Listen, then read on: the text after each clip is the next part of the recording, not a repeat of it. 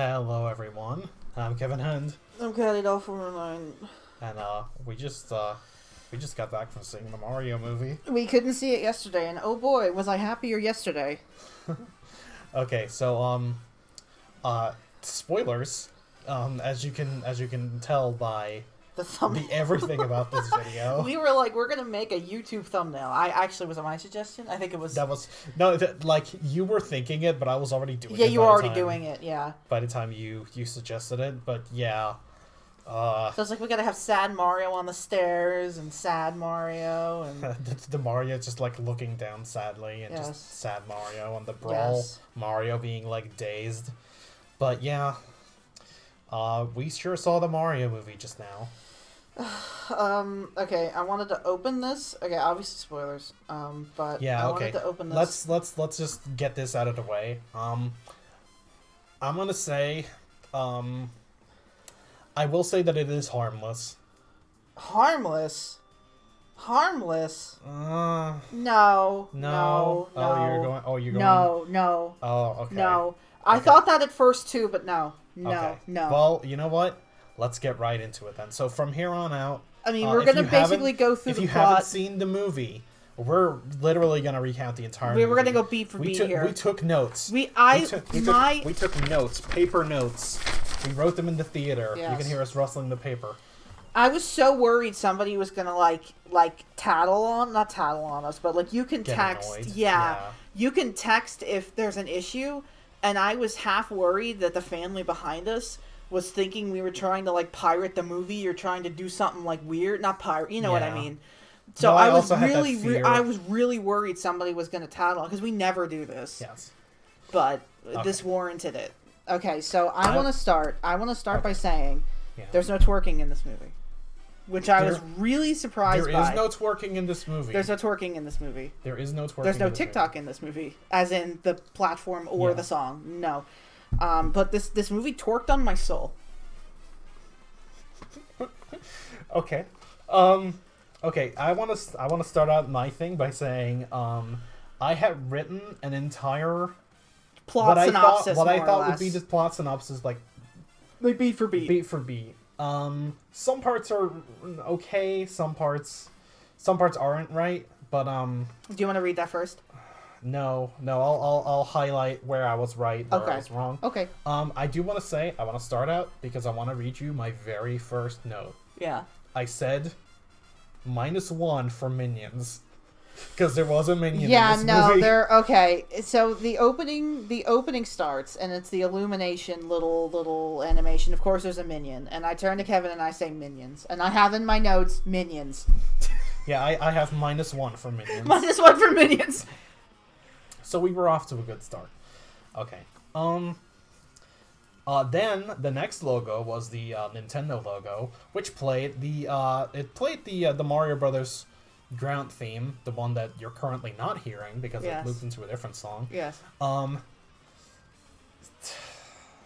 It was in that movie a lot. Yeah. No, I don't mean to keep bouncing around here, but the music is atrocious, and by that I mean it's the same. It feels like the same music over and over again, interlaced with random, not like even pop stuff. It's like random songs that you've heard in your life that are from movies. Yes. All right. I'm gonna go through my notes, and you can read your notes. Okay. I think that's the best way to do this. Yes, I think so. We'll go through our notes beat by beat. Yes. Okay. So I said this was in my notes. This was the only check mark that I gave myself because it was literally the same thing. And later on, I started taking notes, and I couldn't keep scrolling back to my things. But I wrote before seeing this. The movie starts with the scene of Bowser invading the Penguin Castle and taking the stars. Yes. That's literally what I wrote. I gave myself a check for it because I was absolutely right. I also noted that it started with the trailer, which you had already said. So, and my first real note is, oh boy, the magic. I said magic. I meant the music over the penguin scene. I know. For a split second, they had an inner mix of. Oh my god, what song was that? I wrote here because I thought it would help me. I said, da, da, da, but no, that doesn't really help me. No, I don't know. I was hoping that would help me later. No, hold on. Mario movie songs. You can look up the soundtrack. I can look up the soundtrack. Hold on. Every song in the movie. Okay, hold on. Okay, I will list a positive note that I had.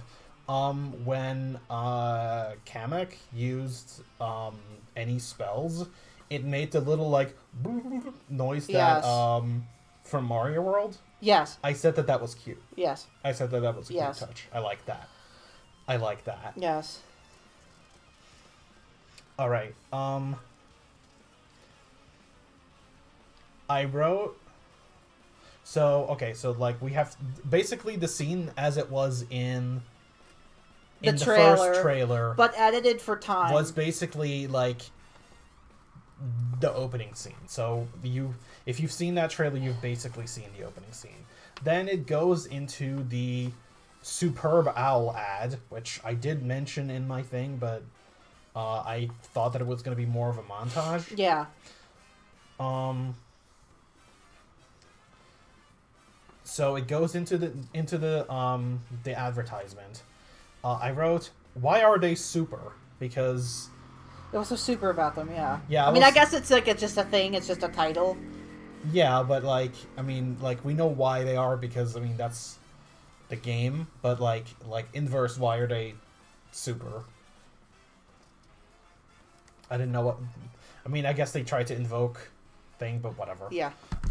Okay, so I started writing a note. That said, "Okay, sorry, Chris," and then I cut myself. I will explain what happened. Over the Superb Owl ad, as I will keep calling it. Yes. By the way, my note for that was, "Wow, commercial is canon." Yes. No, I figured it would be, but I didn't.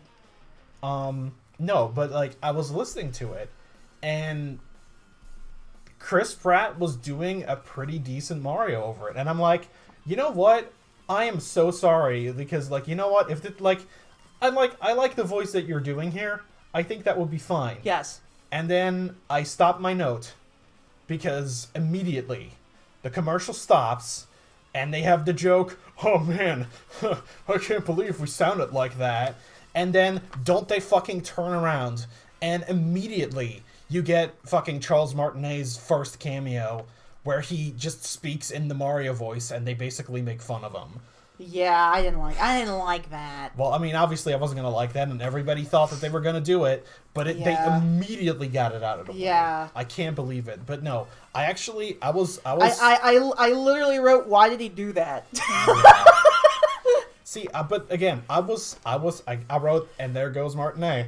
I seriously thought that was him. Yeah, no, we thought that was that, yeah. But yeah, I actually... Again, I will give this movie credit where it's due.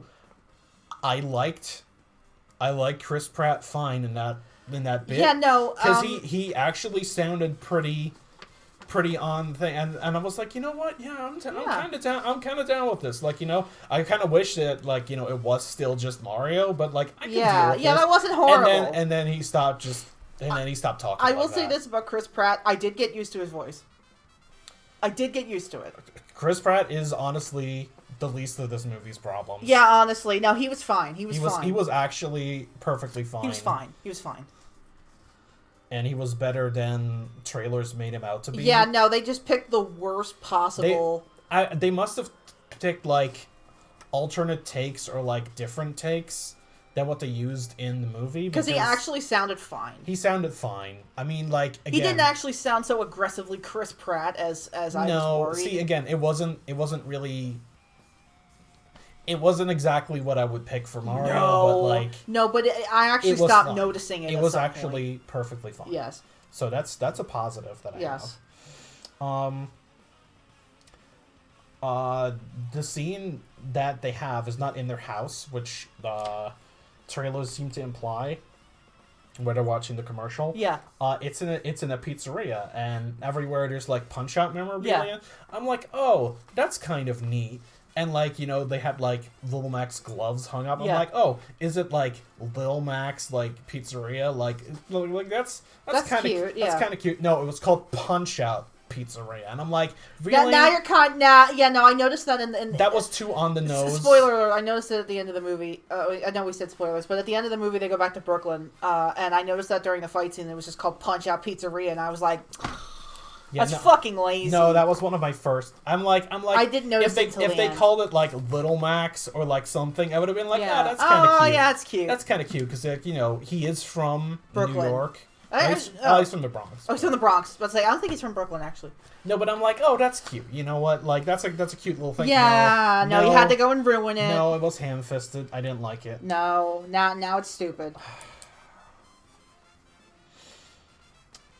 Okay, you have to explain to me. I just wrote dumb here. I just wrote dumb. And what's dumb is, who was Spike? Who was that? Okay, so Foreman Spike is a character from Wrecking Crew. I figured as much. Yeah, but because he's part of in the thing. Wrecking Crew is like a pseudo Mario game. I always presumed it was a prequel, like Donkey Kong. It's basically a prequel. Like before Super Mario Brothers, like Mario had a bunch of like odd jobs as like he was a carpenter in Donkey Kong. Oh, don't rustle the paper too much. I'm sorry. I don't want the mic to pick it up. Oh, sorry. No, he was a carpenter in Donkey Kong. He was a plumber in Mario Brothers, the arcade game, the one it has a stage in Smash. Yes. You know what I'm talking about? With the turtles and the shit. The turtles and the crabs. And yeah. Okay, so like he was a plumber in that, and then he was like part of a demolition crew in Wrecking Crew. Correct. Okay. So like, and people knew that this character was going to be in the movie. The way I thought that they were going to do it is that the movie starts out with Mario kind of like he's working for the guy, and he does something to fuck up, and he gets canned. Yeah, and then that would have been my guess. And then Luigi comes around, and they start a business because this is what I said. Mario's down in the dumps, and Luigi said they start their own business, and they have the montage with the ad and stuff. Yeah. And then basically later on, it turns out that they have like zero business. So basically, you were half right but half wrong. Well, I had a better thought out version of rather this than intro. They just kind of quit, and he's an asshole, and they don't have any business, and and also I don't know why I know that for the record Foreman Spike does not have a design beyond like a little illustration from 1980 fuck when Wrecking Crew came out. Sure, yeah. But I don't know why they made him whatever they made him. Whatever the fuck that was. I feel like such a fraud when I'm like, oh, I really like Mario, but I don't know who the fuck this character is. I mean, it's a character that appeared in a single game, and appeared in is almost giving him too much credit. Yeah. So I figured he was a character in Wrecking Crew. I just didn't know what. Okay. It's fine. I wrote Mom because I didn't realize that they'd have such an extended family, but they are Italian, so I guess Yeah, I'm surprised. I'm surprised they let them have a family, an actual family that appeared on screen. That's really surprising to me. Yeah. Where, Charles Martinet was the dad, and he sounded perfectly fine. Yes. And, he could have had the whole literally movie that turned voice. to me. You literally turned to me and you said that would have been fine. That would have been fine. Because he was clearly doing a Mario-ish inflection, but that wasn't it was the voice. A little bit toned down. Yes, that could have been the voice for the movie. That could have been fine. That would have been fine. It would have been perfectly serviceable, but whatever. We've been over that. Yeah, we're... So... Then we get to the scene. I didn't make a note about this, but I made a mental note about this. I made a note about it later on when it came up again. Mario doesn't like mushrooms. Oh yeah, no, that's later because we skipped but the scene, it's mentioned in it's mentioned in this scene. Is it? Oh, I thought it wasn't mentioned until the dinner scene. Yeah, that was the scene, right? We're talking. about because here I have, because here they go from the pizzeria to the job. You skipped over the job. I thought they went to the house first. No, they went to the job first because I have over here he doesn't like mushrooms. Oh. After they go to the job. Are you sure that's not from the other scene? By any chance? I don't know. Anyway, he doesn't like mushrooms, of course. Yeah. So I'm like,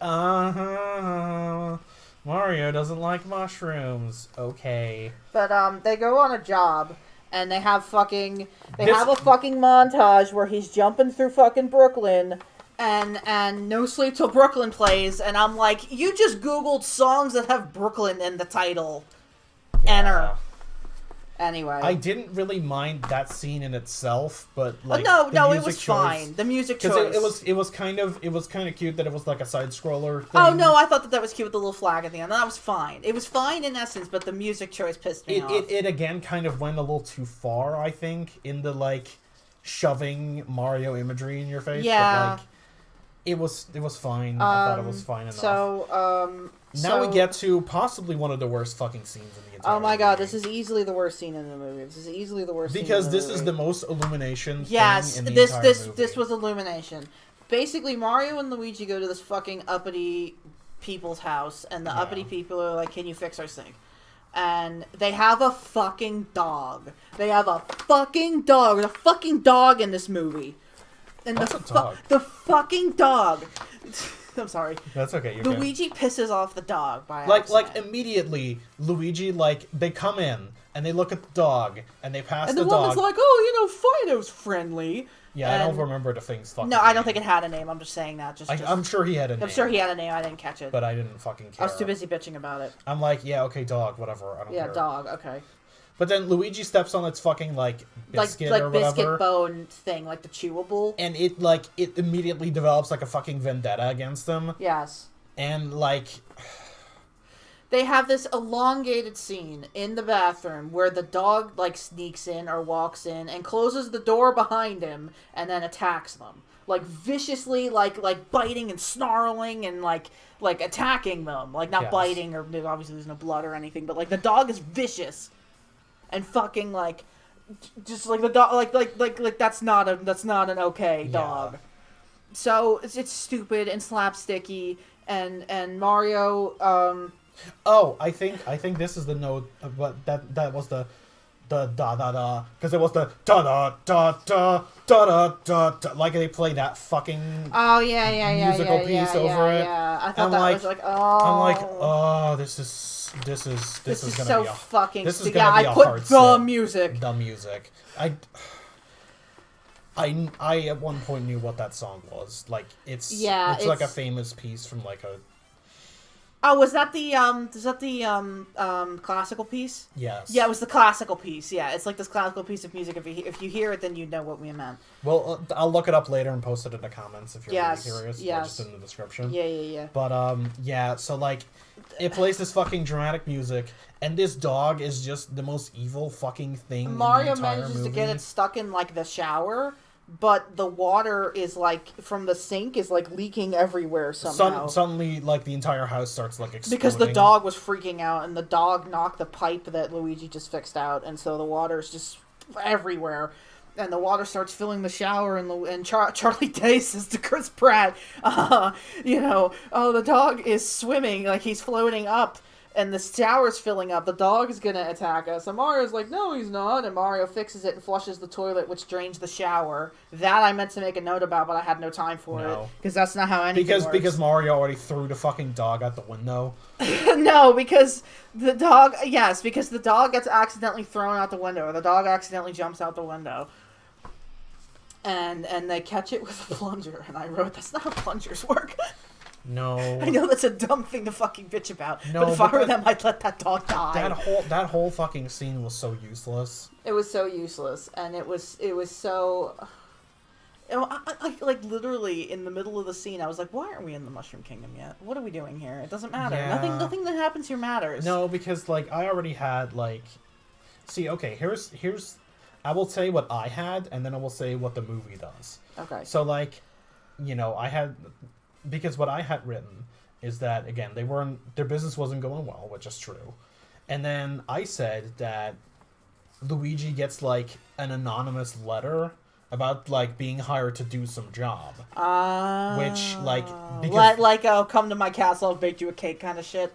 But not that. Quite, basically, that's just hey, there's this weird pipe somewhere go fix it, and then they go investigate. Oh, and they get sucked in. Okay, this is what the movie does. They're like, oh, the entirety of Brooklyn is fucking flooding or something. Yes, no.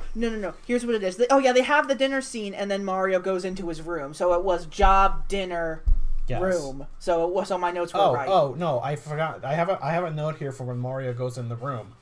I wrote down, remember Kid Icarus? Yes. Mario is sad because his father calls him a fucking loser. Yeah. And he goes into his room, and what's he do? He plays Kid Icarus. And I turn to Kevin, and I'm like, nobody would ever willingly play Kid Icarus. Yeah, that's... Like, he's playing Kid Icarus, and he dies, because of course he does, because Kid Icarus fucking sucks. And I said to Kevin, oh yeah, Sakurai consulted on this game, I see. He had nothing to do with the first one. He had nothing to do with this. No. And he had nothing or the to first do with one, the first Kid Icarus. No, I know. Yeah, he's fucking playing Kid Icarus, and I'm like, that's the dumbest thing I've ever seen in my life. So anyway, he somehow flips to the news. I made a note about slow-mo because there was a stupid shot in the scene with the dog where Mario he does a backflip over the dog. He does that a lot. Which was stupid. I'm like, that's unnecessary. He does that at least 2 other times in the movie. I don't know. There was aggressive slow-mo in this movie. I put a note here that says Luigi crotch spout. What the fuck is that? Okay, no. When they're in the bathroom and before the dog starts attacking them, and all the pipes start I wasn't paying attention to Luigi in that scene. The first fucking thing that happens to Luigi is that he gets shot right in the crotch with a jet of water. I can't believe I missed the crotch shot in the movie. And I'm like that's cute. That's cute. I was paying attention to Mario. I wasn't looking at Luigi. No, but I noticed that. Don't you think I didn't notice that? Anyways, we're talking about... So Mario flips to the news, and he sees that Brooklyn is, underwater, and, oh my god, what's her name? Pauline? Pauline makes a cameo. Pauline makes a cameo. She's the mayor of Brooklyn. Which, way to, fuck with the canon, because it's is New York the same as... New Donk City, or not? Because, it is, but it isn't, but it is, but it isn't. And also the events of Donkey Kong never happened, which... Also, did the dimensions merge? How did they get... But you're getting way ahead of yourself. You're getting way ahead of yourself.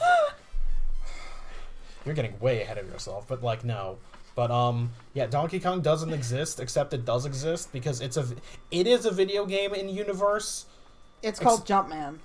It has different characters and stuff. It's got a Yeti and a blonde, or a redhead or something. But the point is that Donkey Kong didn't happen, which, I mean, I guess that's where I gave this too much credit, because I said that it would be canon to the backstory, but, whatever. And of course it's not. I made it work. So, anyway, so he sees the news thing, and he's like, in our commercial, it said that we're going to save Brooklyn, and so we're going to fucking save Brooklyn. And Luigi's like, okay.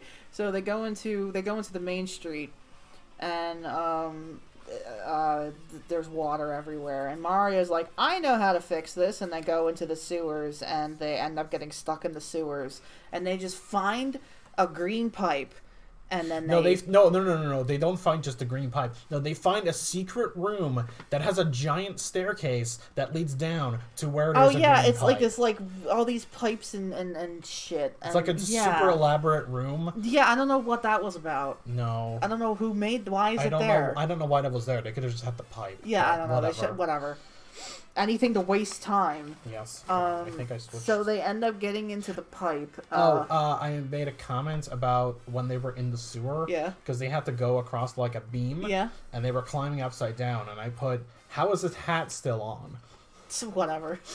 His hat goes off and immediately goes back on 80 times in this movie. I just stopped complaining about it.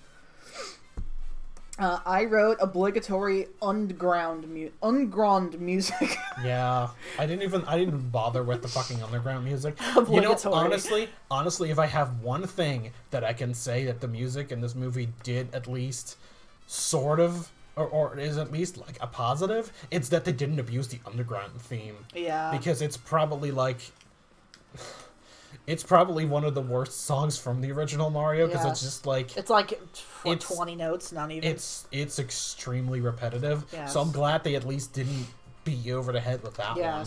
But my god, are you gonna hate the main ground theme by the time you're done with this movie? Yeah, because it plays about 85% fucking million times. Yeah. Okay, so Luigi goes into the pipe first because of course he does, and he gets sucked in. Like it's like a suction thing.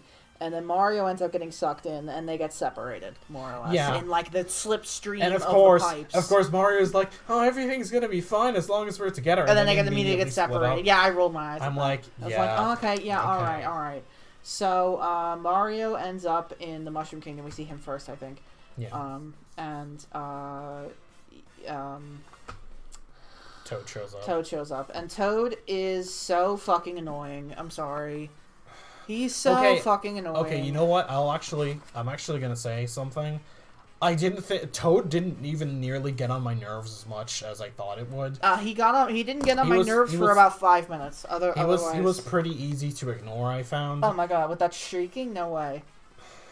I mean, Toad's voice in the actual games is way fucking worse. Oh, I'm not saying that it should be Toad. It should be a Toad inflection. That'd be even worse. No, but I'm saying like I didn't find it to be that annoying. Nope, no. And also, his character barely did anything in the movie, so like... I mean, most characters didn't do anything in this movie. Yeah, but we'll get to that.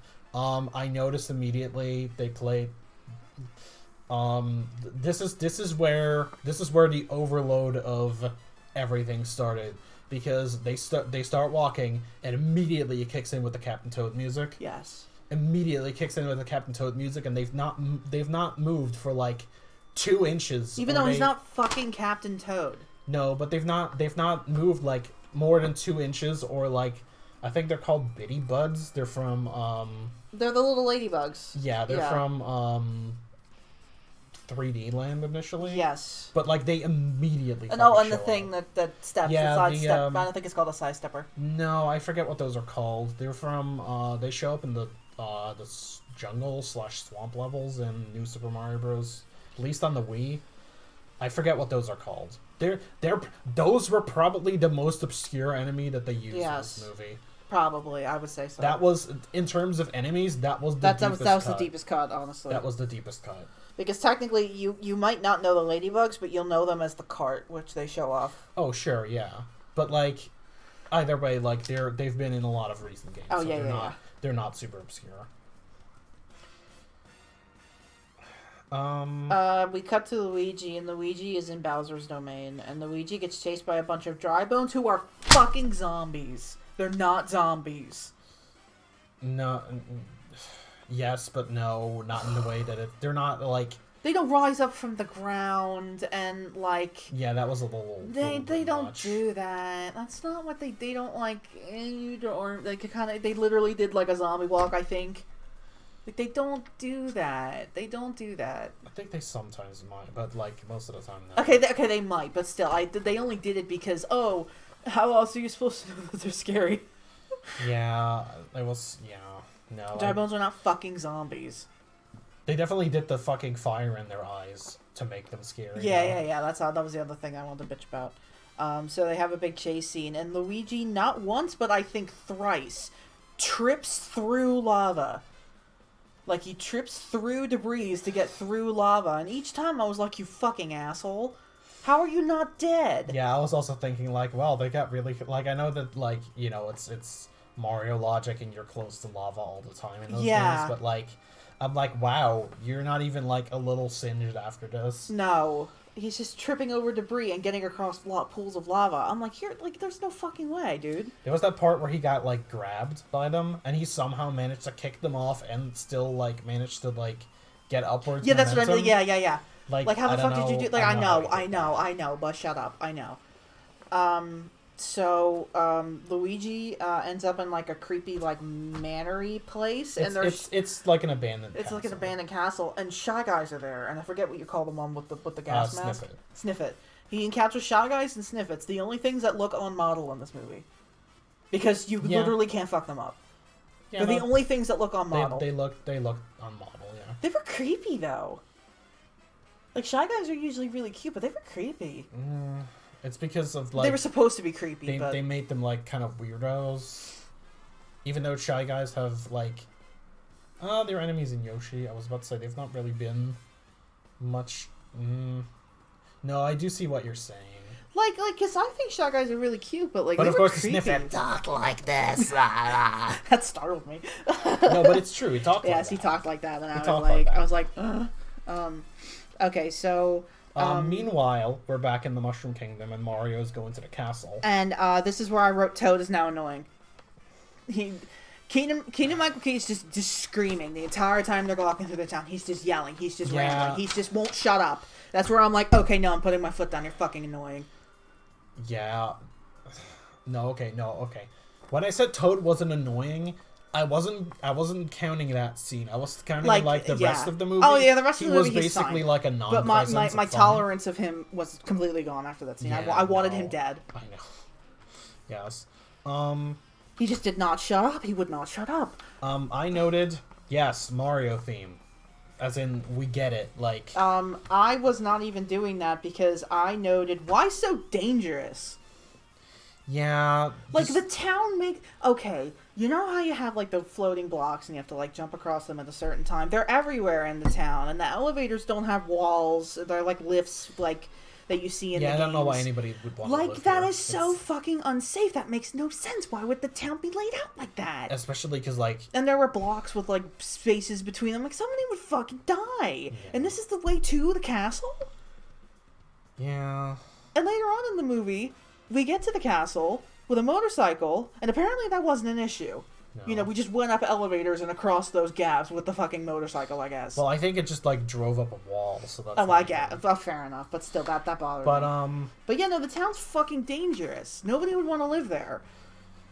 I will say that the music that was playing during that scene, I did like that. It was at least... It was the regular Mario theme, but at least they mixed in, like... It was interlaced with other stuff, They mixed in a little bit of Bob on Battlefield. They mixed in a little bit of the Mario World... overworld theme.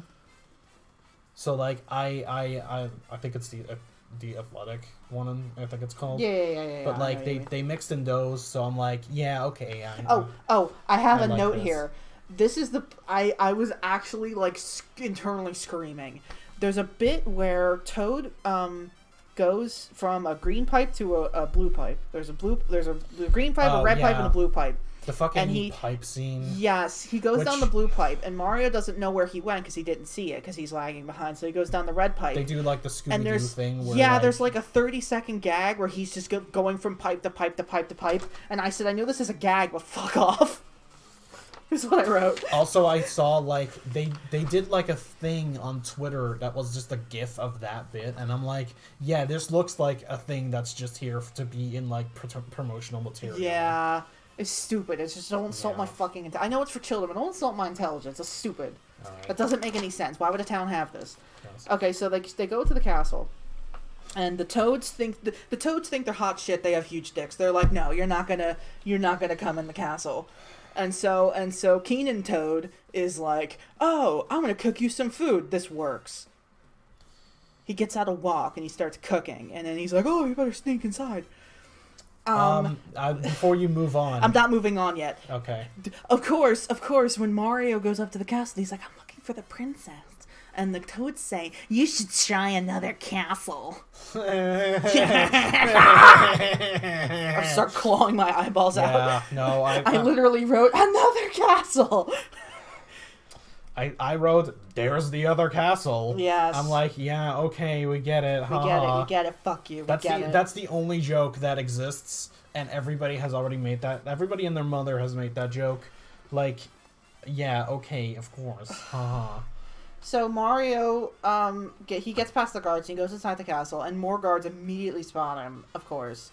And they chase him through the halls, and then we cut to Peach, and Peach is, she's being given intelligence from the Toads, and there's two Toads standing there. She's being given intelligence from like an older Toad that should have totally been Toadsworth. I literally wrote in my notes, "Rip Toadsworth." Yeah, because that was clearly Toadsworth. If he wasn't exiled from canon at this point, then that would have totally been Toadsworth. That broke my heart. I'm like, that's Toadsworth. That should be Toadsworth. Yeah. That broke my fucking heart. Fuck you, Nintendo. Yeah, he's gone. Broke my heart. I was like, no. So anyway, not Toadsworth is giving her information about Bowser's incoming ship. And the trailers lied. The trailers made it look like she gets up off her ass, she puts on her sports outfit, she grabs a halberd, and she's just gonna go fight Bowser. That's not how it works. What she says instead is... She doesn't quite do that, but that's basically what it comes down to anyway. I know, but that was a last resort, so I actually think that that's fine. We're skipping ahead, but I thought that was fine. What she says is, okay, Bowser's coming. We're gonna go get help from the Kongs. We're gonna go to the Kong Kingdom. Her first thought is like, oh, Bowser is on the move, and he got like the thing. We're just gonna get the Kong army, and I'm like, the Kong army. She says the Kong army. That's what she says. And I said, help? That's not very girl boss of you. Yes. Because I genuinely wasn't expecting her to just immediately suggest they go ask somebody for help. No. So as stupid as the Kong army is, and they say that phrase about 70 times in the movie, Peach leaves to go to the jungle, and she runs into Mario, and she says, oh my god, you're a human, which is never expounded upon. Okay, here's the thing. They have that scene where, like, later on, she's like, oh, I came here as a baby, and I don't know where they came from, or where I came from, but they never really went into that one. Well, that's for the sequels. But I was really pissed off in this first scene. I can't believe that they, like, sequel baited that hard with it. Well, because that's the plot hook for the fourth movie. You don't understand. But, no, it really pissed me off that she knows what humans are. She knows she's a human, and she knows he's a human, but she didn't elaborate on how she knows that. How do you know you're a human? Even though, like, Mario looks nothing like most other humans. Which she lampshades immediately afterwards. I know, that was really weird, is that, like, Mario is just kind of a normal person, even though, like... I mean, he's just a short Italian guy. Why does he look like that? But they... I guess. I don't know. But still, just don't do that if you're not going to fucking elaborate on it.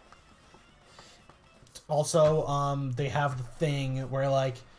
you have the bit where it looks like she's like, you know, it's like a love and first sight thing, and then she just like throws him, and I'm like, I was taking notes at that point. I didn't see that, but I heard the music, so I knew what was going on. I thought that was stupid. Yeah. So basically, like, I don't know, like, Mario's like, I want your help because I need to find my brother. And Peach is just like, okay, but she never really elaborates on why she helps this stupid douchebag. Well, it's like, yeah, I don't see. I okay, didn't really take any notes okay. What I thought this plot was going to be, what I genuinely thought this plot was going to be, is that there was some kind of prophecy about a plumber. Is that what you wrote? Let me find my notes here. Is that what you wrote? Okay. Hold on. Let's see. Blah, blah, blah, blah, blah, blah, blah, blah. It's revealed there's some bullshit magic prophecy. This is what I wrote. Bullshit magic prophecy about Mario defeating Bowser. That's what Which is why Bowser is so nervous. Which is why I thought that initially they had, like, Peach had sent out, like, a fake job to get them. That was my plot. Yeah. Peach had sent out a fake job because there's a prophecy involving Mario. And she's trying to get him to come. Beat Bowser when he got the multiple star. I thought they were supposed to be power stars, but it's just like a Starman. It's a single star, yeah. Yeah, but they're not like power stars. They're Starmen. They're the invincibility power up. Yeah. Oh yeah. No, I know what you mean by that. So like, that was kind of confusing to me because that was super confusing. That's a different concept. That's a different thing entirely. No. Okay, because like the prophecy, I have another note on the prophecy here. I'm trying to find it. Oh yeah, I'm getting ahead a little bit. Well, you already mentioned the Kong army. So I said that, and my note said Cranky Kong is the origin of the prophecy, and he knows Mario because he was the original Donkey Kong that was in New York. That Mario like helped get rid of. Yeah, he like banished him. I don't know. Yeah. And so, like, he knows who Mario is. And that's a very basic movie that you've gotten here, but it's a better movie. Yeah, it would be a better movie. It's a better movie. We'll get into why later. Yeah. But like, blah blah blah blah. So yeah, I had like the prophecy about Mario defeating. Because that's what I thought the plot was going to be. Yeah. Which is why. But see, okay. We're actually no, we're not going to go there. We're skipping ahead. Okay, so anyway, Peach is like, well, if you want to come with me, you have to do this bullshit training course. And then holding out for a hero, please. No, you're getting ahead. First, you gotta mention that Peach just girl bosses everything. Yes, and I literally wrote, if girl boss, why heels and dress? Like, she's literally doing this exercise course in her heels and dress. That's the dumbest thing I've ever seen in my life. I mean, if you can do that, more power to you. But of course. Like, I'm not saying. Be doing that. Yeah, no. Okay. In one of the Jurassic World movies, the main actress bitched that she had to do all that running away from dinosaurs in heels, and she was like, that makes no fucking sense. Please stop making female characters wear heels if they have to do physical stuff. Yeah. That's what I was thinking of. It is badass in theory that she's doing this in a dress and heels, but she shouldn't. No. It's dangerous. Yeah, stupid. I thought you were going to point out, kicking the raptor out with gymnastics, but no, that's a different part of this movie. Yeah, no. I thought this was going into beating the raptor with gymnastics, but no. But here's where I wrote, Mario hates mushrooms. Lol. Get it? It's so funny because it came up here again because he has to keep eating the mushroom over and over again, and he barfs, and it's funny. And then the first time, he kind of just falls into the water and loses the power up, and Peach is like, you lose the power up if you get hit. And I literally turned to you and I said, "How this doesn't make any sense? How you can't explain this?" I said, bitch, what? I said, getting hit with water, falling in water is not getting hit. I guess if he's if you break dead. The surface tension, then it's because by game standards he's dead if you hit the water. Sure, in some stages. Sure, but that's not what happened here. No, that's not what happened. And that's not a thing. Because you're trying to make a game concept that doesn't work. Just don't. So they were just doing this, and it goes on. It plays holding out for a hero, and And then Kevyn said, "Imagine you're watching Shrek." And I'm like, I'm just gonna, because I had heard that because there was an interview with I think Chris Pratt or something, and he mentioned that holding out for a hero was played over a montage, and I'm like I knew what was coming. So I'm like, oh fuck! And I made a thing on Twitter that basically I made a joke about the fact that this movie wants to be Shrek, and I actually did have another note about being Shrek, but we'll get back to that one. But I was just like, I'm just gonna close my eyes and I'm just gonna pretend that this is fucking Shrek 2 because that's a better movie that I actually like. She just goes, be good. I hear her go, be good.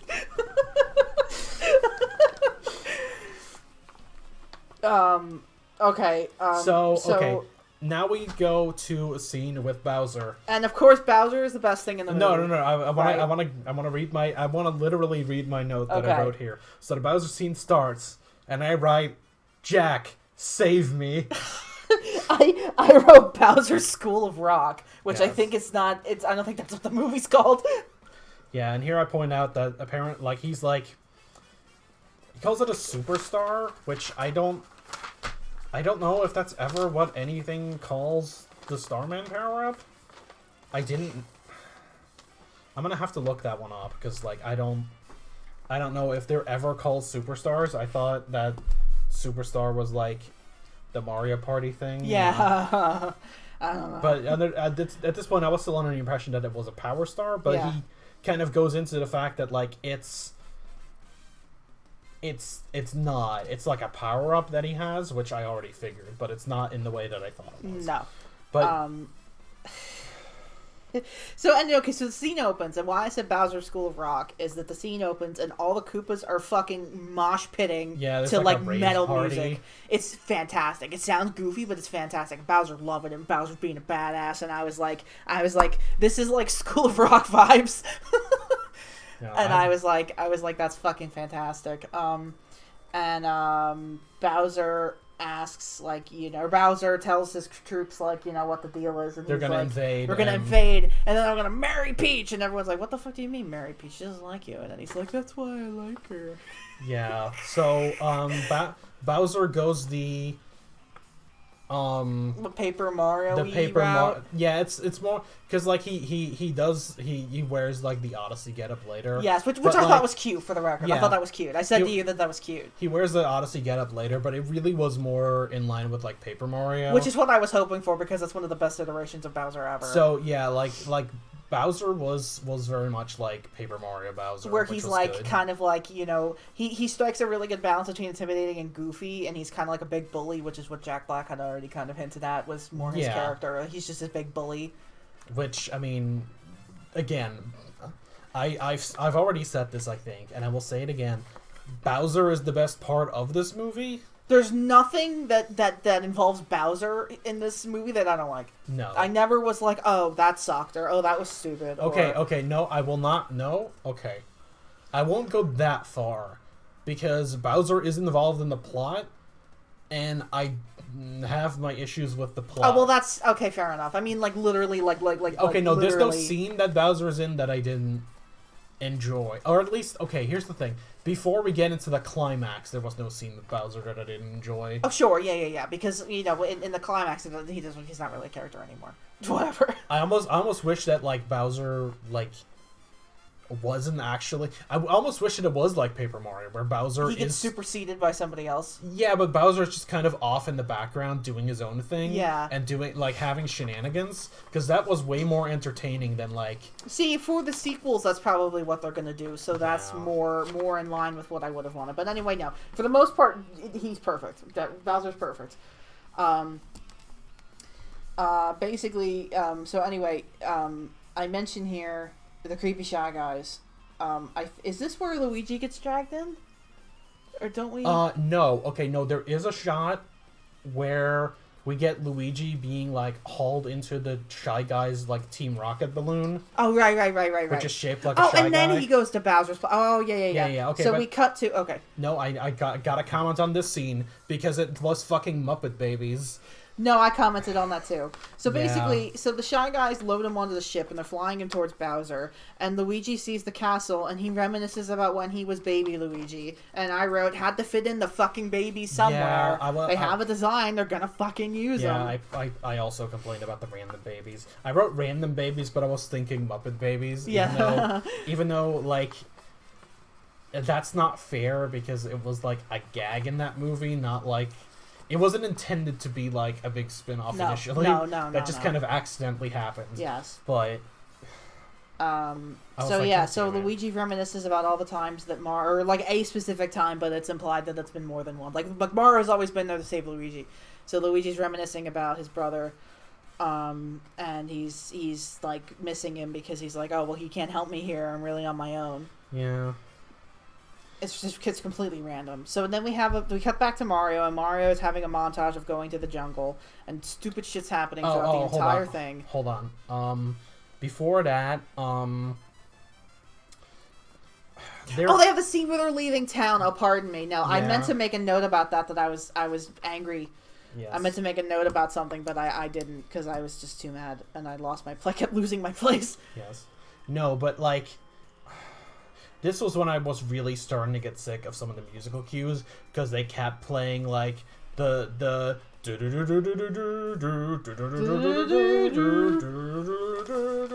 that the stage clear music? Yes. But they kept fucking playing it over and over. And I'm like, yes, okay, yes, fanfare, we get it. That's literally what you said to me. Like, I was getting... You were getting fucking sick of that track. Like, this is a series with so many musical tracks, and yet they keep falling back on... Like, two, maybe 3 from the original game. Yeah. I think mostly 2, because it's just the ground theme and, like, the victory fanfare, for the most part, is what they keep going back to. Yes. Okay, so, like, we get, like, they start traveling through the land. Oh, they pick up Toad, by the way, when they leave the town. Yeah, Toad. And this, okay, before they leave the town, I wanted to make a note about this, but I didn't. Before they leave the town, Peach is, like, saying goodbye to her subjects or whatever. And Mario was with her. Yeah. And the Toads are like, who the fuck is that guy? And Peach is like, it doesn't matter. It doesn't matter. And I'm like, it doesn't matter. What the fuck is Mario doing here? And then she leaves. And they leave town, and then Keegan-Michael Key shows up. And he's like, I'm inviting myself into your party. And I was like, fucking kill me.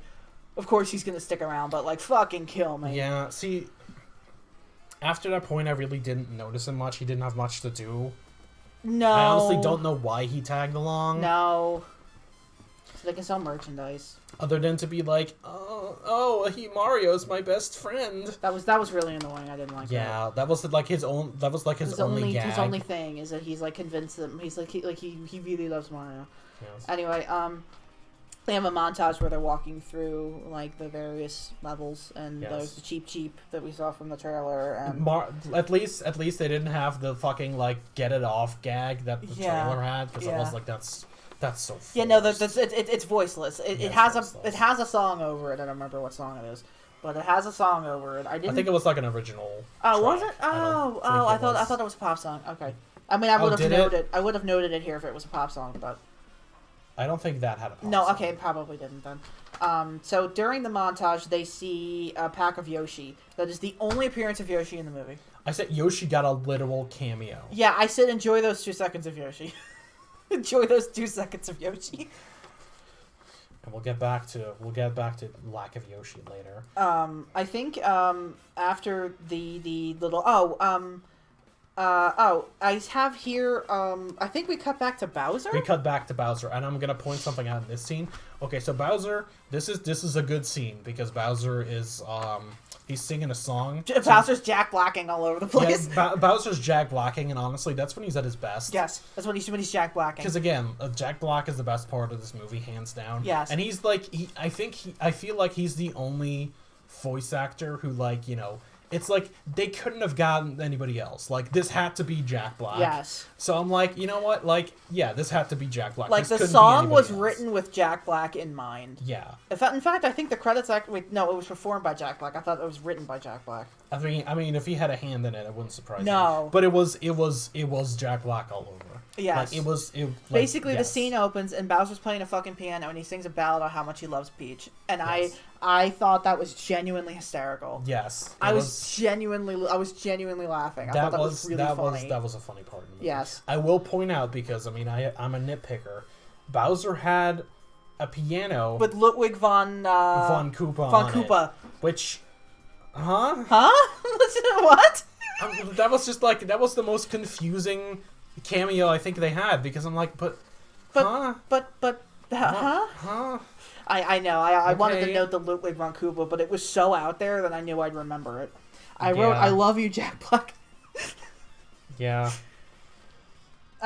We cut away from that because basically the ending of the scene is that Bowser's interrupted by the Magic Koopa? Is that what they're called? That's not Cammy. No, it's Kamek.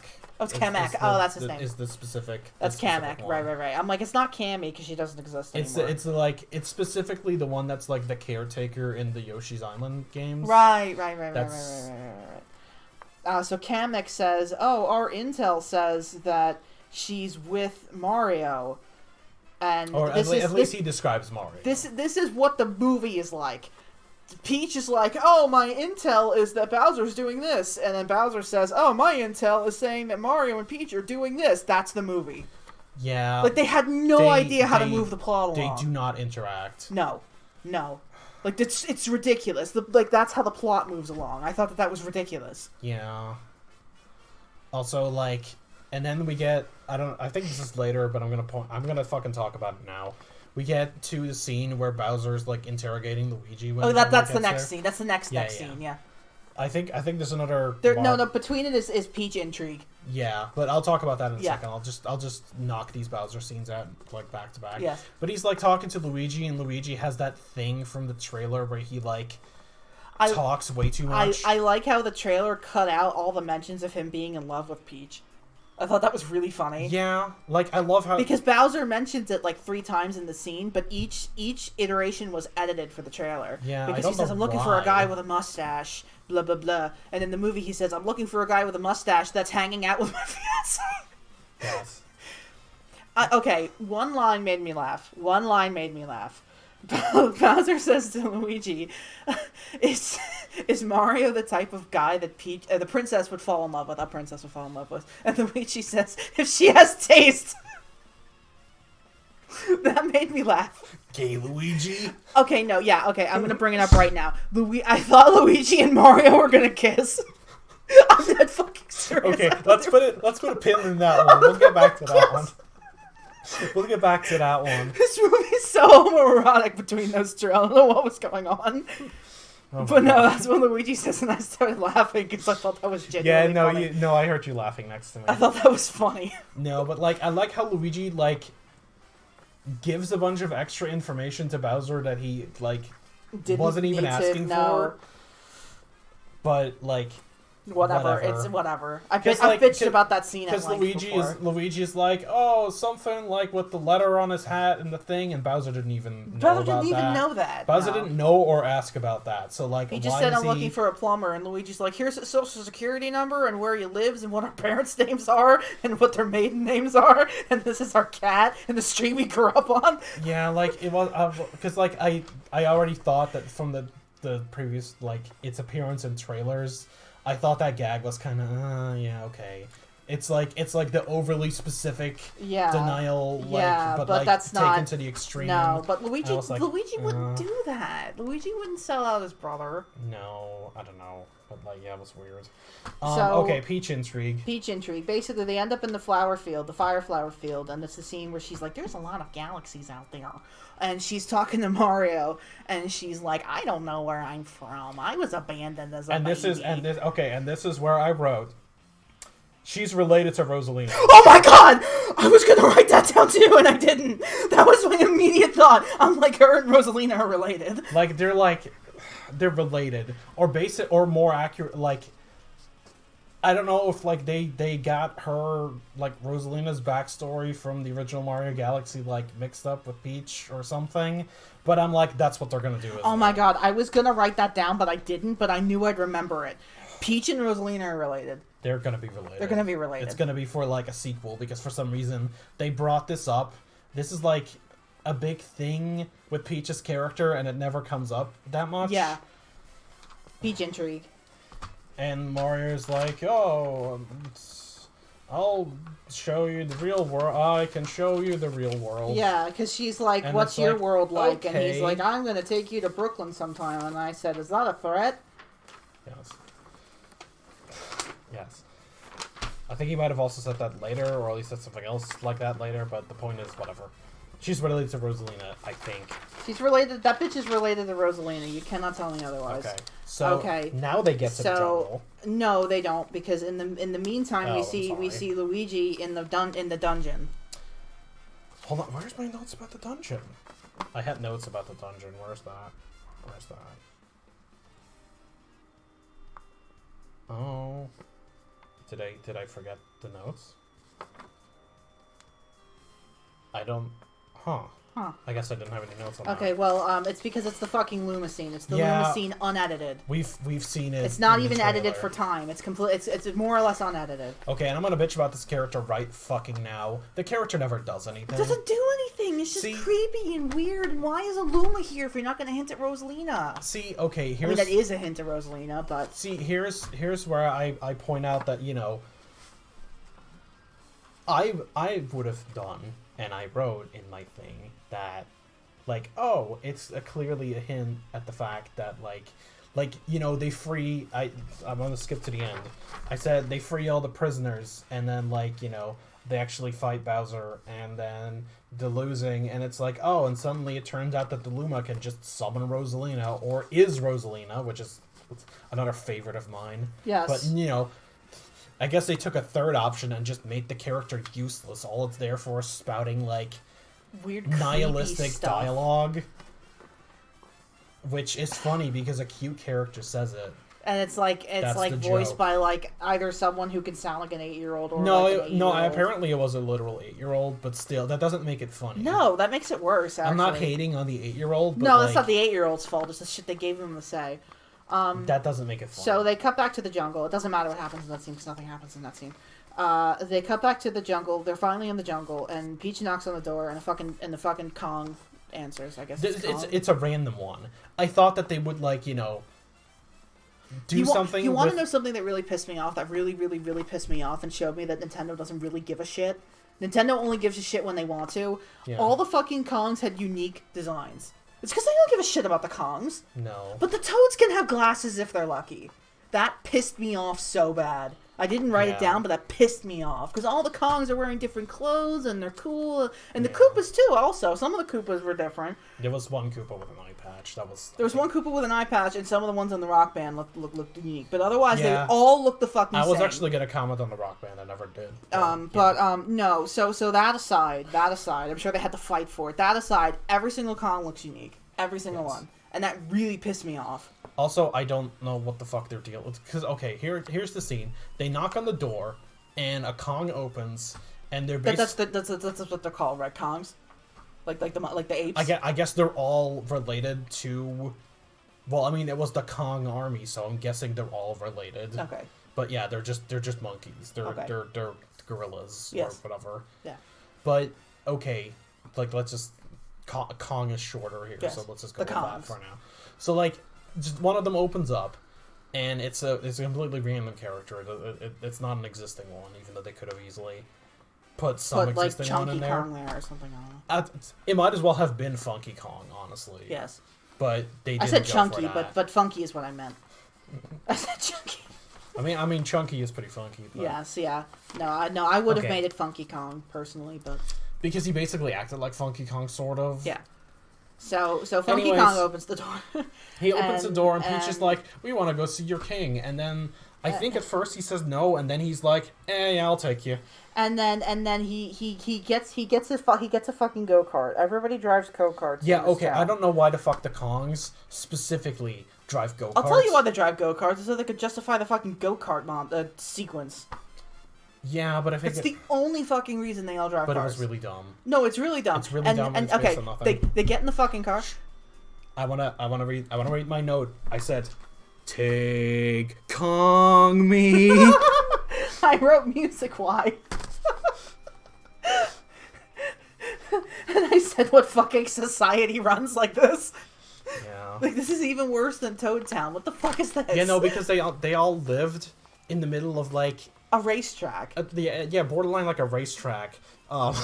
Like Funky Kong he steals a banana first of all, and then he eats it, and then he throws the peel on the ground, and then somebody runs over it and spins out, and like a building explodes. And I'm like, what fucking society is this? No, okay, my note on that one is Swanky Kong just died. Swanky Kong just died. Because there's a character called Swanky Kong, and I think that's the one that had that design. Okay. And I'm like.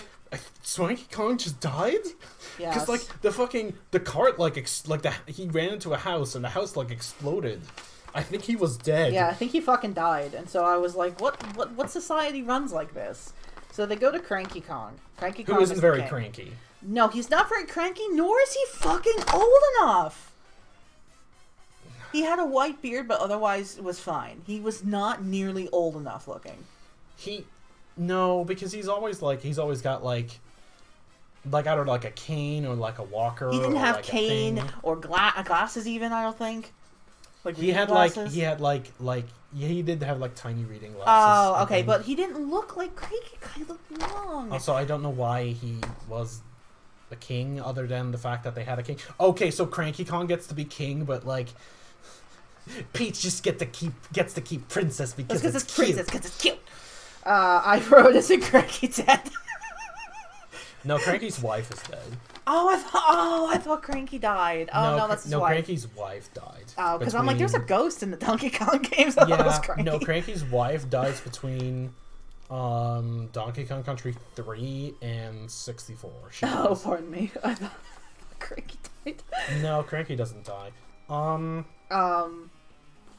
So no, hold on. I'm trying to think of like I had something else to say about Cranky Kong. He doesn't look right. He looks wrong. He's wrong. Yeah, he wasn't very. His voice is wrong. Again, he's supposed to be. He doesn't sound old enough. No, he doesn't. He definitely didn't sound old enough. He doesn't sound right. He doesn't look right. He's supposed to be like a crotchety old man, and he wasn't. No. What the fuck? He was like, I don't know. Uh-oh. Again. I just noticed my notes later. I'm like scrolling over what I already wrote. Uh-oh. No, but like he was like fucking like he was more like King Louie from Jungle Book than he was not Cranky voiced by Kong. Christopher Walken. I mean, why even? I mean, Christopher Walken is like 80. Christopher Walken would have been. He would have. You know what? If they had Christopher Walken Cranky Kong, I would have respected that. No, I'm but gonna at least play another monkey. I'm gonna play another monkey. Look, it's unfucking believable. If you want my Kong army, you gotta beat my son. Yeah, that's literally okay. So that's what Cranky Kong says. And Mario's like, okay, you're on. And then they go to another floating arena with fucking floating blocks only. It's the scene from the trailer. And there's just like a girder, and there's like floating girders below and blocks above. Yes. Which apparently Cranky Kong puts there so Mario can have a fair fight. Yes. Oh, I missed that. I didn't know that was normal.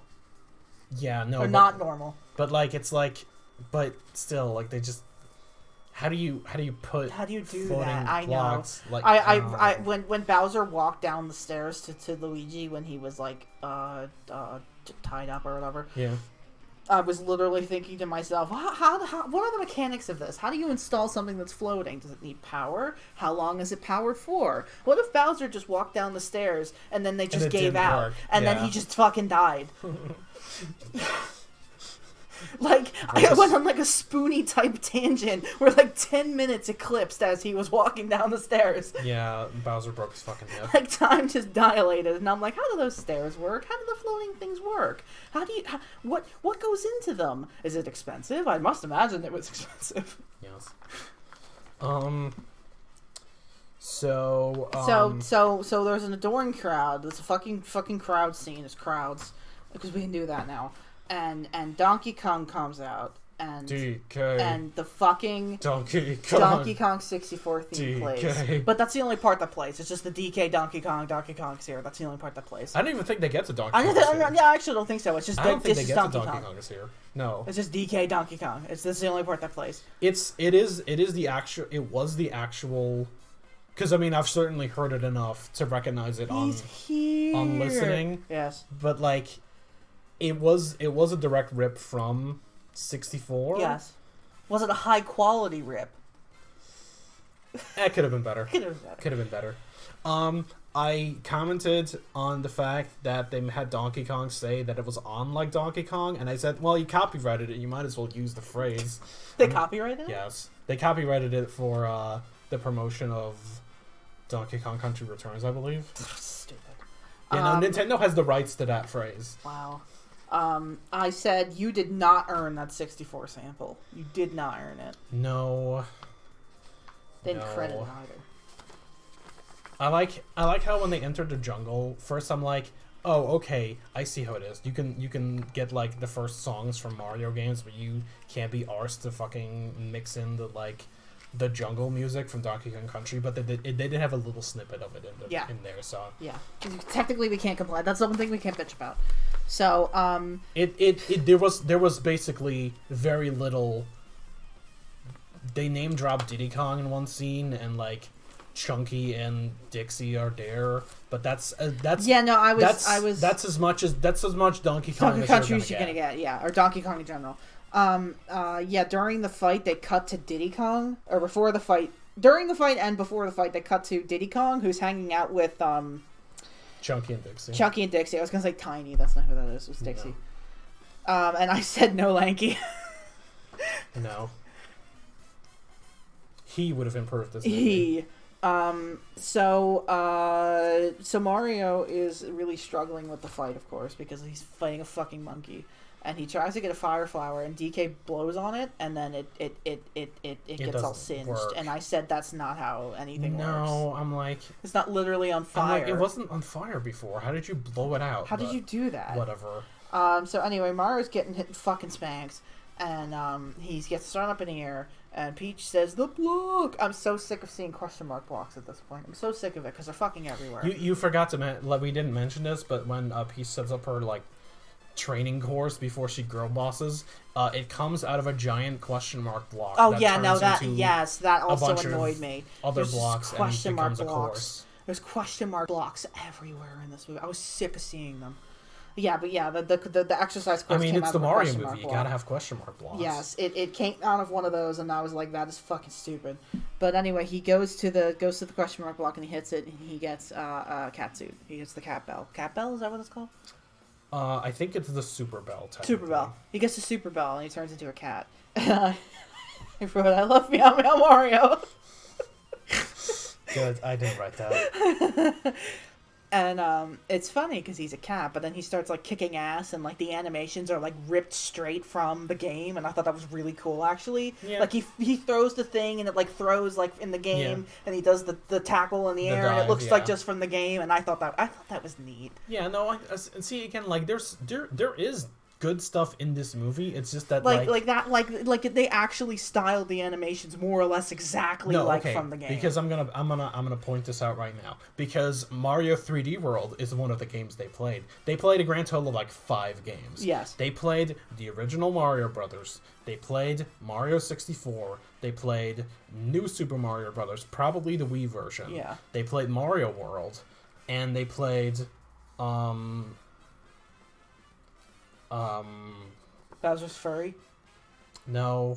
Yeah, was I going to say 3D World? Bowser's Furry, yeah. Yeah. Because they use Bowser's Furry music. And other than that, like, there's not really much from other Mario games. I was expecting more Galaxy stuff. There's no Galaxy stuff in this other than barely. Luma.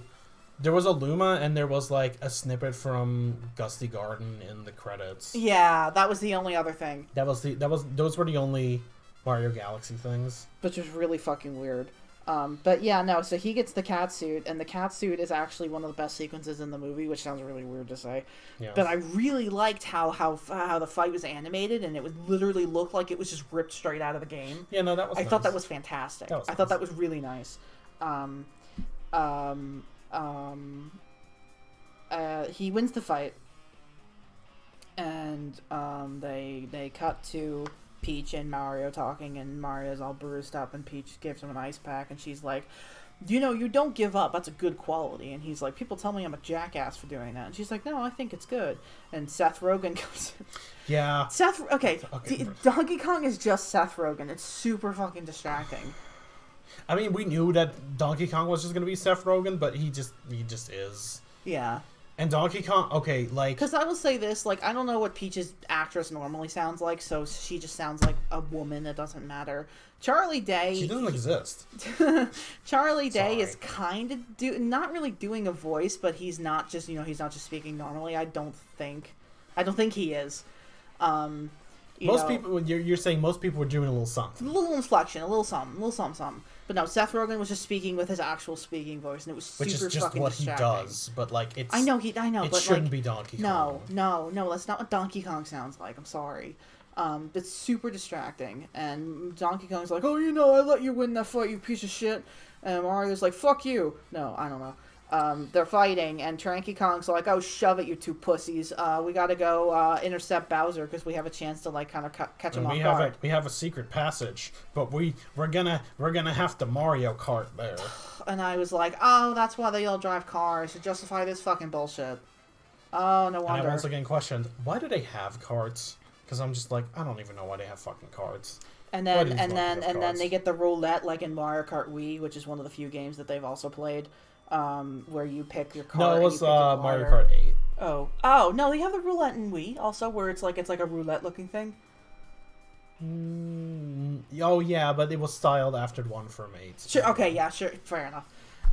And you see like the ladybug cart and the glider and the wheels or whatever, and he picks it, and the Thunderstruck starts playing. Oh yeah. Okay. Here's my note. Oh my god! Did we even talk about the song that played over the fucking interlude in the village? I don't think we did. Oh, no, we did. We said, Take On Me. We did. Yeah. You made a joke about it. Take Kong Me. Take Kong Me. No, okay. No, I have a joke about Thunderstruck, too. I'm like, I just said, and there's Thunderstruck. I know. And then I added an additional note, and you're going to love this one. I said, did Miyamoto specifically request the songs also?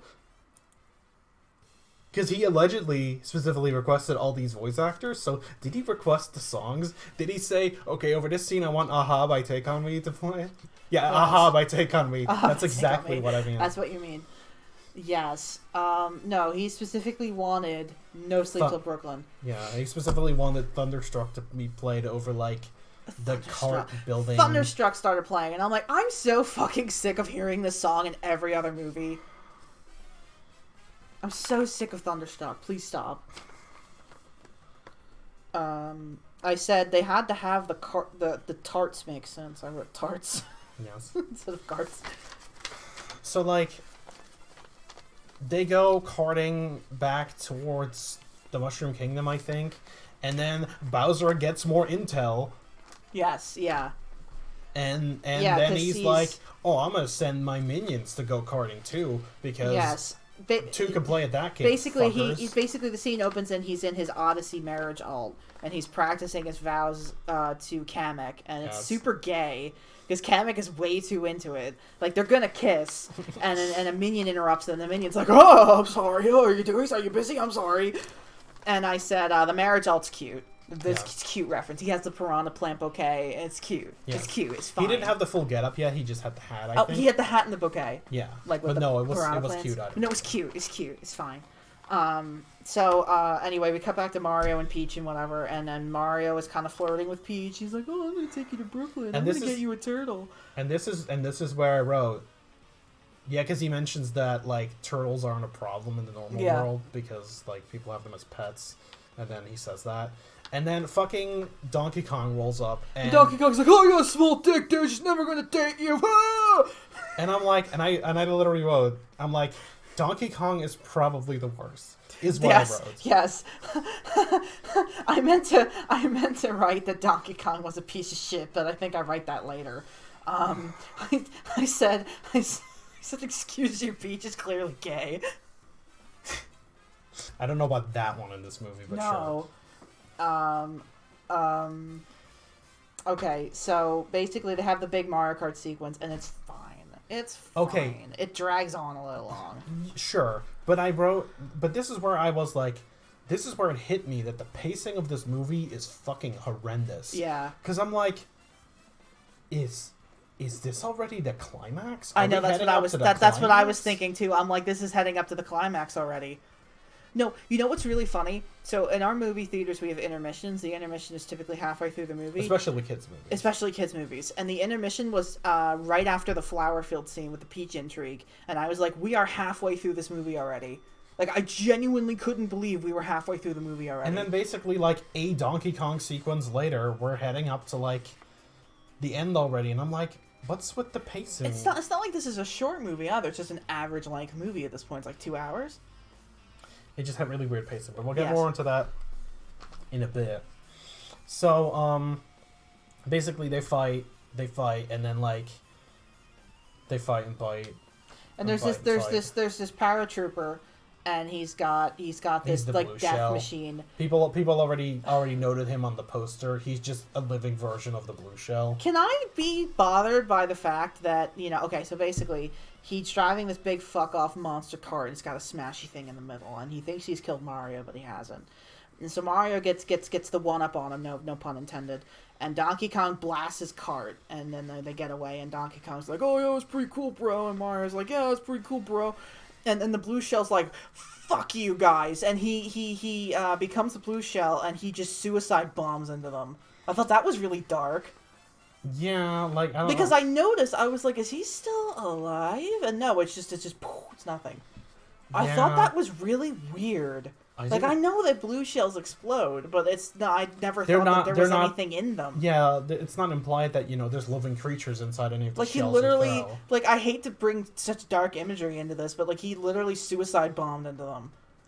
Yeah, that was. I didn't really even realize weird. that, but you're absolutely right. That was. I said, wow, a suicide bomb in Mario. Yeah. That's really dark stuff. I know I'm thinking I could just, oh well, he was just doing a desperation attack, whatever. But that's what he did. It's really dark. Yeah. So basically, the road breaks and Mario and Donkey Kong fall into the water that's beneath the road, I guess. Dead, and they get eaten by not one of the Mario eels. I thought it was a Nagi or Naga or what's it? Unagi. Which is just eel. But, it's not one of those. It looked different. No, it's Unagi. It had like a weird like fin on it. It wasn't. Unagi's supposed to have a fin. Yeah, but not like that. It's supposed to be Unagi. I know, but it had a different design. It was weird. I don't know. But basically, so like, you know, and then like they're looking at the shattered road, and then all the fucking Kongs just immediately get captured by Bowser. Of course, because they're stranded. They're all done. And then Peach is like, "Oh fuck, Bowser's coming. We have to go warn the Toads to evacuate." And they drive back to the Mushroom Kingdom. First we see because first they drive through the town, and she drives through the town, and we see her going over one of the sections where they're like the platforms were like moving, and I was like, okay, that was fucking lucky. But we don't see her going over elevators, through the pipe with the motorcycle, whatever. So like I was like, oh, how bullshit, you never got that motorcycle up there, but she did, so whatever. Yeah, whatever. And she's like, oh, you guys all have to leave, and I'm gonna protect the castle, and then she grabs the halberd. And I'm like, oh, okay. So that's not her first thought. But before that, because that's after she sends the Toads away, I got a bitch about this. When she comes back, the Toads go, where's Mario? And I'm like, bullshit, you know to ask about Mario. She didn't give you their name. She didn't introduce you to Mario, and none of you gave a shit. No. Why would you be asking about Mario? Yeah, and I didn't even notice that. I was too busy bitching about the motorcycle. So, but no, I wrote that I liked how that scene played in context better than in the trailer. Because in the trailer, it's like, girl boss, but here it's like, you know, she's literally the last man standing. Like, she has to do something. I liked that. That made more sense. So things kind of progress from there, and then, like, Bowser stops by the castle, and basically, like, he's like, you're gonna have to marry me, or I'm gonna. He literally proposes to Peach, and Peach is like, "Fuck you." She laughs it off. See, what I thought was really stupid is that, you know, she should have girl bossed her way through that and been like, "Oh yeah, I'll marry you. Yeah, I'll do that. Just, you know, I'm gonna keep Toad safe. You keep Toad safe though, because, you know, I'm gonna marry you. I'm willingly doing this." Yeah. Instead, she's like, "No, I'm not gonna marry you. You're smelly." And then he gets mad and he starts like torturing the Toad. And I'm like, idiot. Of course he was going to do. What, did you just take no lightly? Like, just say yes. Yeah, I'm like, you should probably not be saying, like, no. Like, oh, you're smelly. You suck. You have no friends. Like, that's the kind of, like, thing where you wait until the wedding to say no. Yes. Like, it's like if everybody, let's speak up now, forever hold your silence, and then you go like, yeah, I'm not marrying this asshole, and then you fucking He's got salmonella. And then you throw somebody inside the fucking wedding cake or some shit. Yes, exactly. No, but that doesn't happen.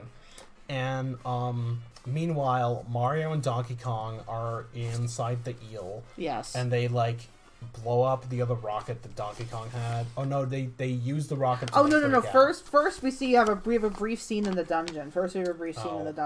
And the only thing I want to bring up about the dungeon is that I thought Cranky Kong's helmet crown thing was a Metroid.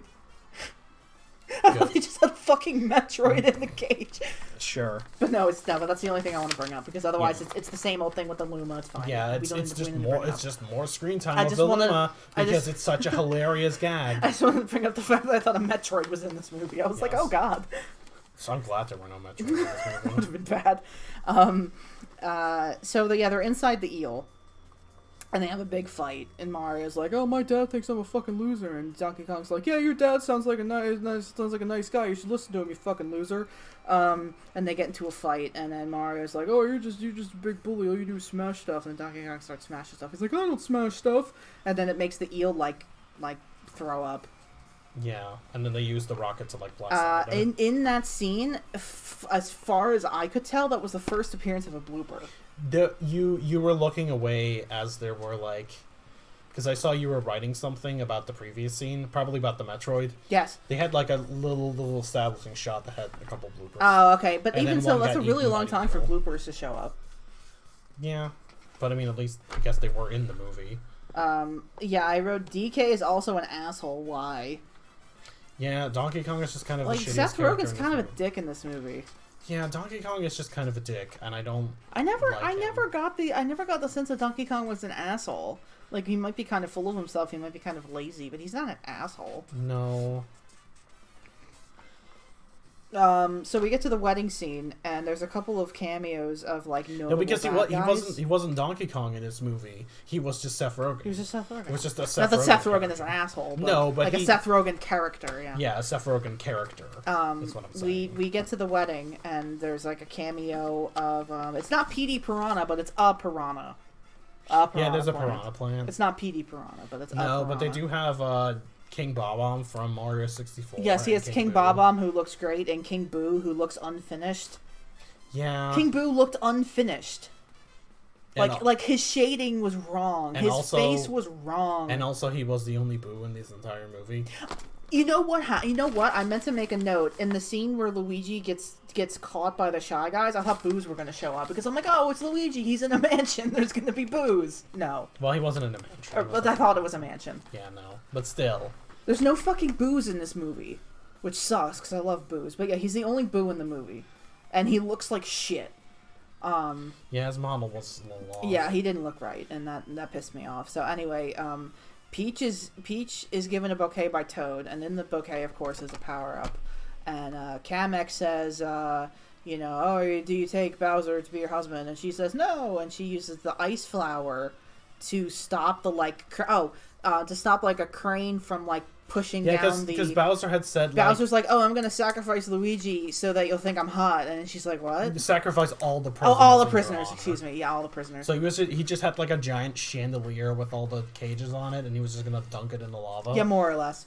So she uses the ice to stop that, and the ice to somehow freeze Bowser for way longer than I was expecting. Because I'm like, he can breathe fire. How would he be stuck in ice? But he's stuck in ice for like 10 minutes. Yeah. Meanwhile, Peach fucking kills King Bob-omb. Yes. I'm like, holy shit. I know. I literally wrote Rip King Bob-omb in Terabang. Because, like, she fucking lights his fuse, which he has, which he doesn't fucking... I know. I meant to write, he doesn't have a fucking fuse. How did she do that? But she lights his fuse, and it just he fucking just explodes and dies. He dies. Because he doesn't come back. No. He's just gone. He's gone. So she just fucking killed King Bob-omb, and okay. So okay, no, but we skipped the scene because meanwhile, Mario and Donkey Kong are approaching the Mushroom Kingdom, and they get like shot out of the sky, and like Mario gets like the Tanuki power up and whatever. So like they're trying to approach the castle, and I just wrote, this is just lesser Shrek. Because now we have like race to stop the wedding. The race to stop the wedding. Yeah. I'm like, this is the stop reminding me of Shrek. I wrote. Okay, so basically Mario gets a Tanuki power up, and fucking Seth Rogen says to Mario, "Nice raccoon suit." And I wrote, "It's not a fucking raccoon." Everybody knows it's a Tanuki suit. Everybody knows it's not a raccoon. Don't call it a fucking raccoon suit.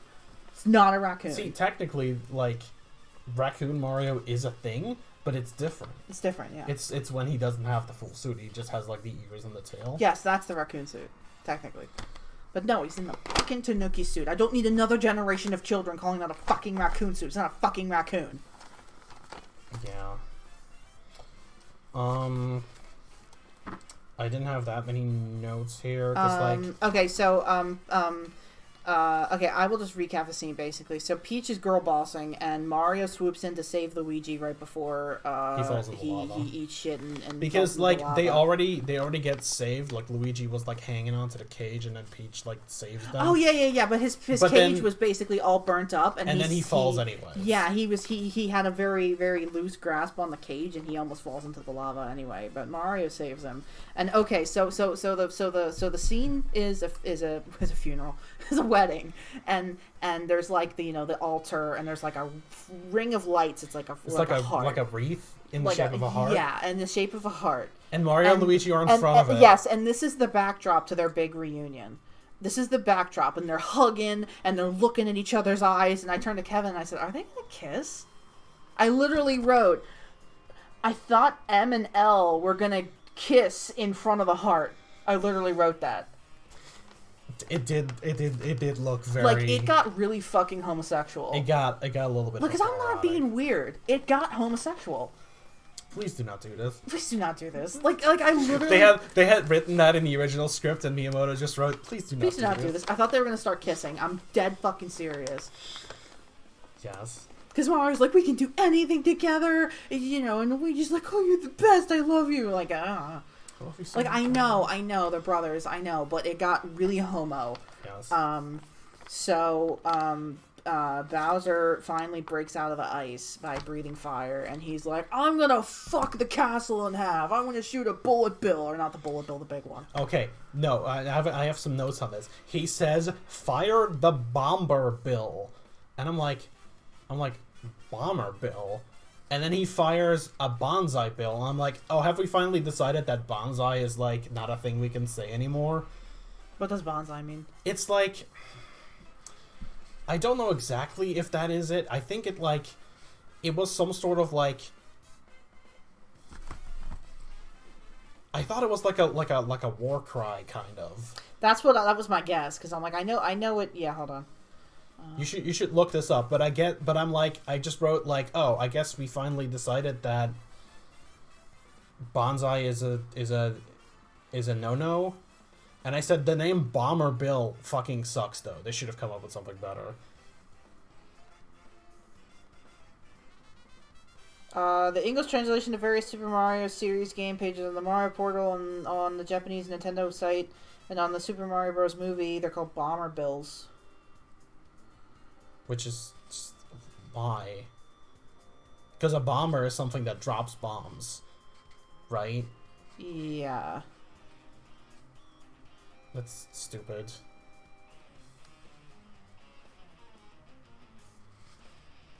It's the equivalent of bombs away.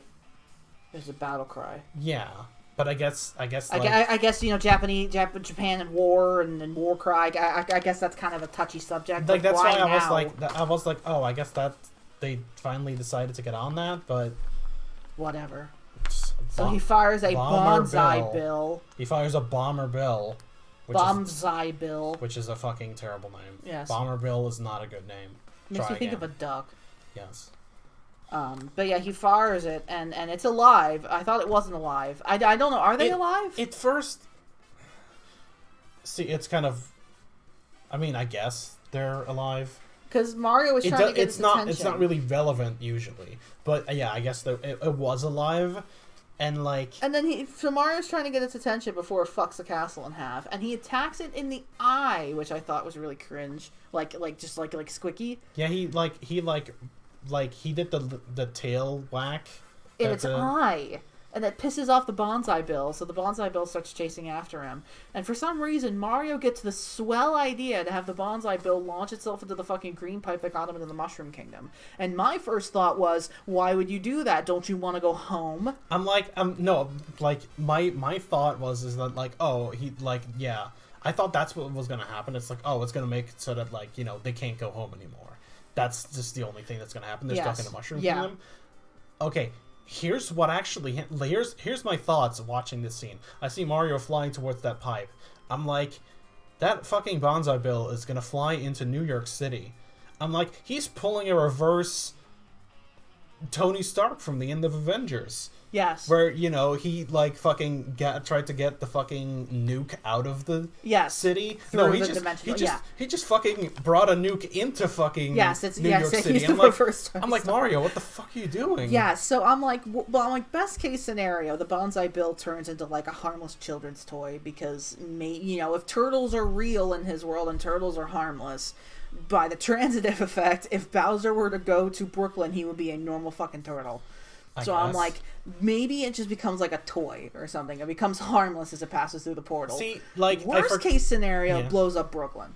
See, I thought I actually forgot that there was like an in between area between the pipe. Same. So like when it flew into that, I'm like, oh, I guess it's just like in the space between dimensions or whatever. Like, yeah, I was like, oh, okay, well, it's fine then.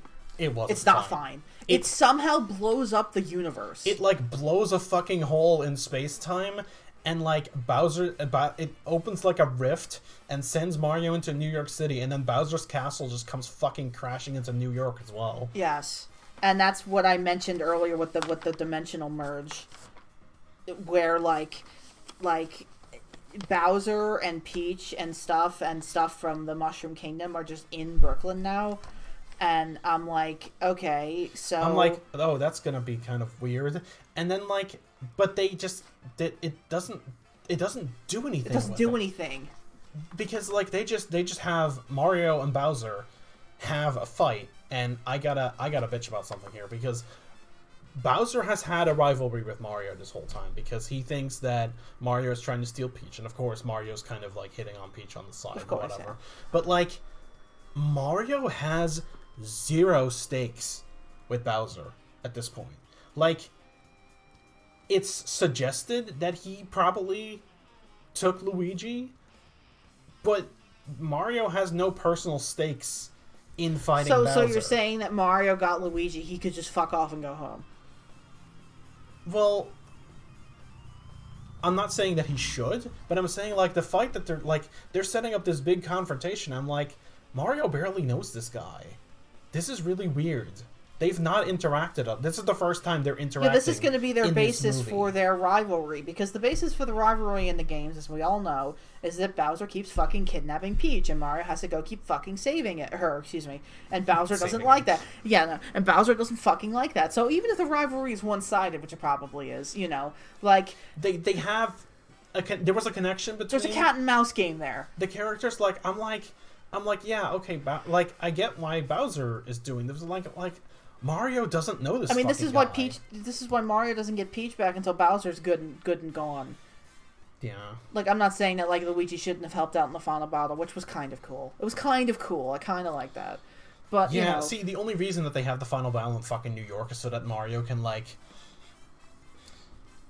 see the fucking video from the start and be like, my brother is my power, because, you know, gotta invoke Kingdom Hearts because we didn't have enough gay undertones in this movie. Oh my god. No, he sees the fucking commercial on the broken TV, and I'm like, oh, good thing that was airing at the exact moment that you needed it to air. Yeah. It's goofy. It's goofy. And so that, like, inspires him to go back out, and then Luigi helps him fight Bowser. And they get the Superstar, which is stupid, because if it was... Okay, why was Bowser holding on to the star then, but not using it? Because if he used it, then it would be gone, and he could just... Well, I mean, then again, that's only for temporary. Why didn't he use it? Why did he just kind of keep it and be like, I could be invincible right now? Also, see, here's the thing with this movie, and I guess... No, you know what? Let's like wrap up the recap. Let's wrap up the recap. And then... So they beat Bowser and... Because they have the starter invincible, and then they just kick the crap out of Bowser. It's kind of cool. It's kind of cool. Sure. And then Bowser's on the floor, and he's pissed, and Peach force feeds him a tiny mushroom, and the tiny mushroom makes Bowser tiny, of course, and they stick him in a fucking jar, and I'm like, he's gonna suffocate in there. I'm like, you forgot to poke holes in it. Yeah, I think he's gonna die. Which I guess is good. So they put him in a jar, and we cut to Mario like waking up in the morning or whatever, and then his girlfriend brings him some coffee. And by girlfriend, I mean Luigi. And then they leave, and they're in the Mushroom Kingdom. They're living in the Mushroom Kingdom. Okay, this was distracting to me. The music that had played over that scene was the scene or the same song that they played in the opening of Guardians of the Galaxy 2, which was extremely distracting because I'm like, remind me of another say, Come and Get Your Love? No, that's not. No, that's from the first one. That's from the first one. No, I forgot what the song is called.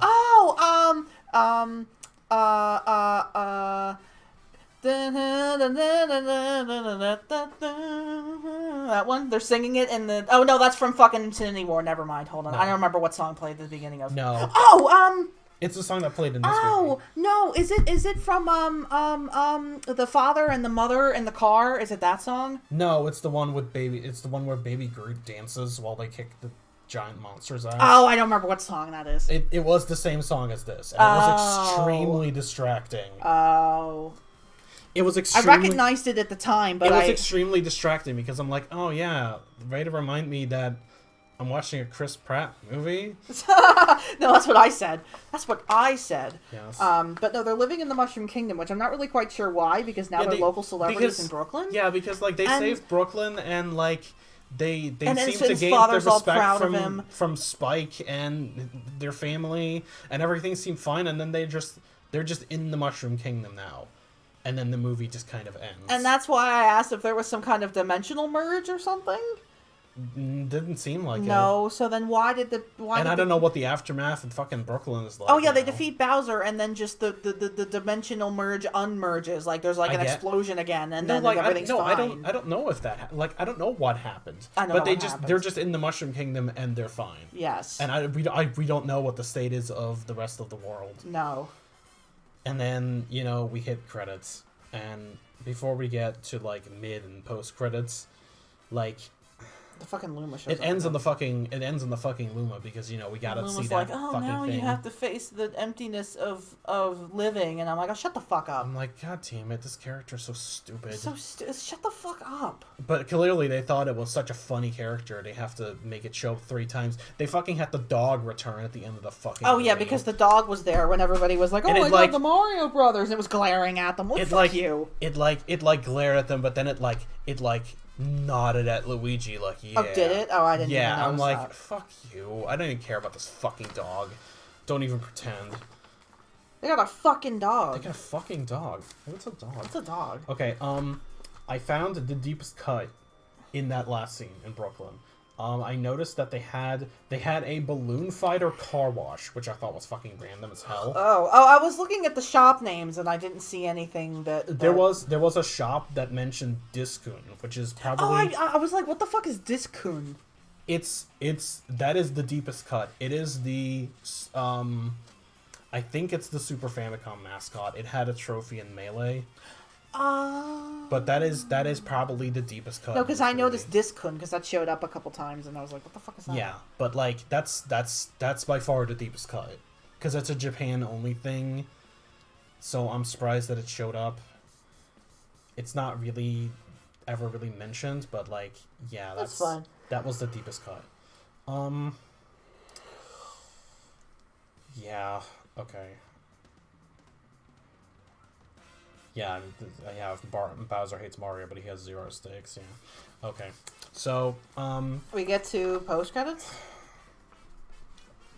Or do you want to bitch about the credits?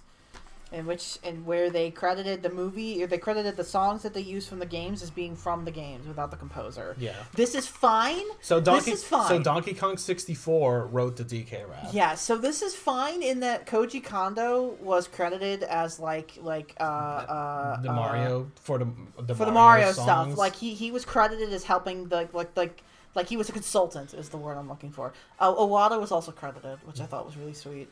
That got me that had me feeling emotions. Yes. That was very, very cute. No, Koji Kondo was specifically mentioned as shit. Yes, shit. I'm getting there. He got shit. Koji Kondo got he was a consultant on the track or consultant for the music. But not Grant Kirkhope. His name is nowhere on this, and they used Donkey Kong 64's theme, and it just says from Donkey Kong 64. It doesn't mention Grant Kirkhope at all. I didn't pay attention to all the songs. I wonder if they mentioned the jungle theme from the Donkey Kong Country games, because there was a bit of that, but I don't think that they mentioned anything like that. No, I don't think so. But I wouldn't know. But yeah, so then we get to the mid credits, which is just a joke about the fact that Bowser is like caught in the castle. Yeah, he does another bit of his ballad. But yeah, we get more Jack Black, so that's fine. That's good. That was funny. I liked it. That was good. And then we get to the post credit scene where we see a shot of like the green weird pipe in the big sewer system, in the giant sewer room. And I'm like, oh, who's it gonna be? Because we know Kevin, it's gonna be a thing. Kevin said Wario, please Wario. I'm like, please, like I wanna. The setting didn't lend for Rosalina, so I was like, it's gonna be Wario and Waluigi.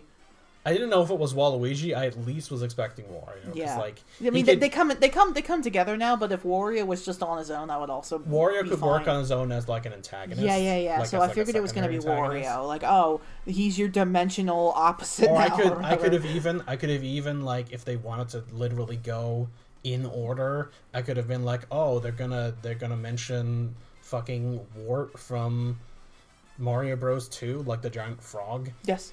I'm like, oh, are you gonna do that? No. It was neither of those. It was none of those. It's fucking Yoshi. It's Yoshi Egg. And I turned to Kevin and I said, why'd they even bother? I'm like, why bother with Yoshi now? Why sequel hook with Yoshi? He could have been in this fucking movie, and it would have been a better movie for Yoshi it, because Donkey Kong was fucking useless. And... How did this movie happen when the only thing that happened in it is that Bowser stole the superstar? That's the only thing that happens in this movie. Yeah, okay, I guess we're going to talk about... We're going to talk structure, because, Like, everything else is the characters... We did a recap, an hour and 45 No character is proactive in this movie. Everyone is reacting to each other, and that a movie does not make. No, this movie was really... this movie fails on a structural level. How in God's name? Okay, we were going out of the movie theater, and you were trying very hard not to talk about this. No, because we looked at each other. We had dinner. We had dinner at a pizza place, and we said to each other, incidentally, there's pizza in the movie. That was incidental. We didn't know that. And I turned to her and I said, we cannot, under any circumstances, discuss the movie at length, because then we're gonna forget stuff for this conversation. Yes. We wanted this to be our exchanging of information. Virgin talk about... Which is why you were surprised by some of the things that I said, and I was surprised by some of the things that you said. Because we did not discuss most of our thoughts. We discussed, a couple things. But otherwise, she did the Pokedex on the way home, so... Yeah, because, we gotta burn, half an hour 45 here, yeah. Yeah, so I just did that, because that's my favorite time waster. Yes. But no... but I did blurt out, some things. I blurted out the fact that Donkey Kong was a shitty asshole, and I didn't like him. And I blurted out the fact that they called this the Super Mario Bros. Movie. But Mario didn't even need to be in it. Because... The plot could have probably resolved itself without Mario. Because Peach was fine on her own. But Peach really even wasn't fine on her own, because Peach doesn't do anything. No, but in the movie's plot, it's there was no reason that she needed Mario to come along to get help from Donkey Kong and then go back, and then Mario didn't help with the thing with at the wedding and everything.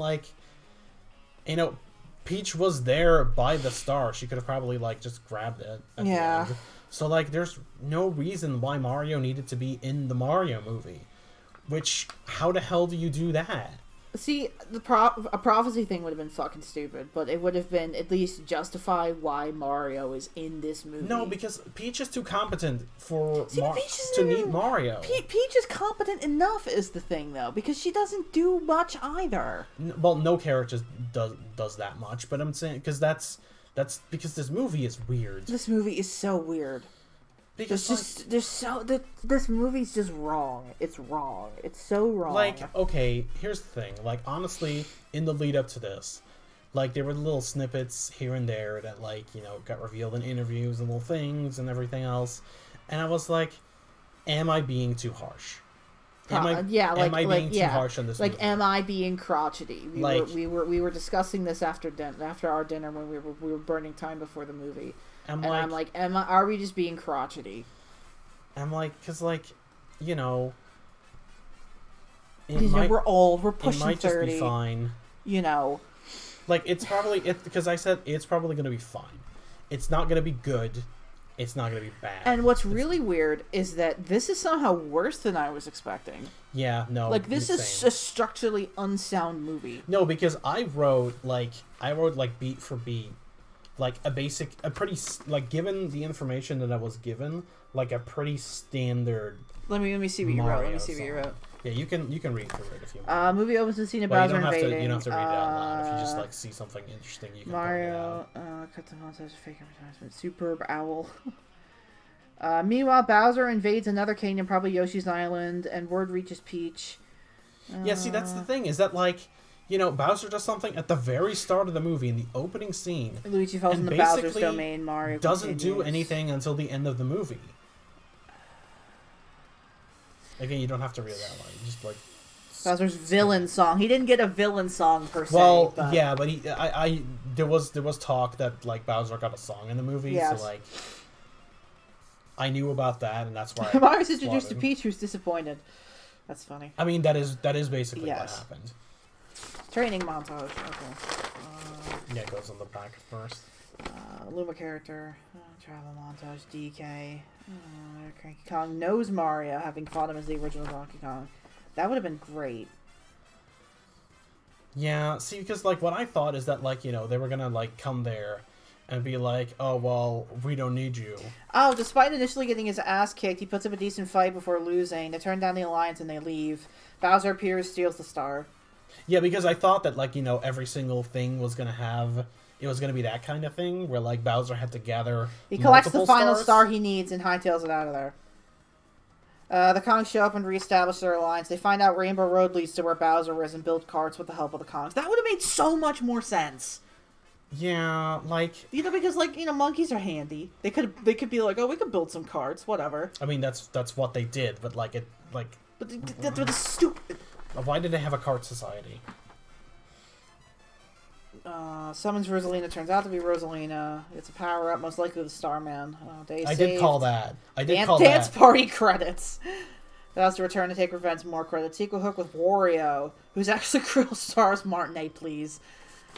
Yeah, I'm like, they're just gonna, like, fit him in at the end, and that's gonna be his only cameo in the movie. No, that is a much better structurally sound movie.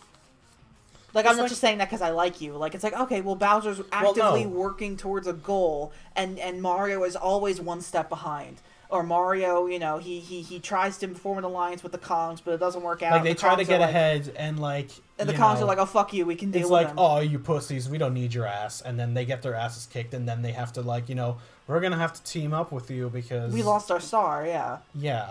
So, like... And every single Mario game is about collecting stars. How in God's name this didn't revolve collecting stars, plural, yeah, like, is beyond me. Because, and, like, okay, here's the thing that I don't understand about this fucking movie.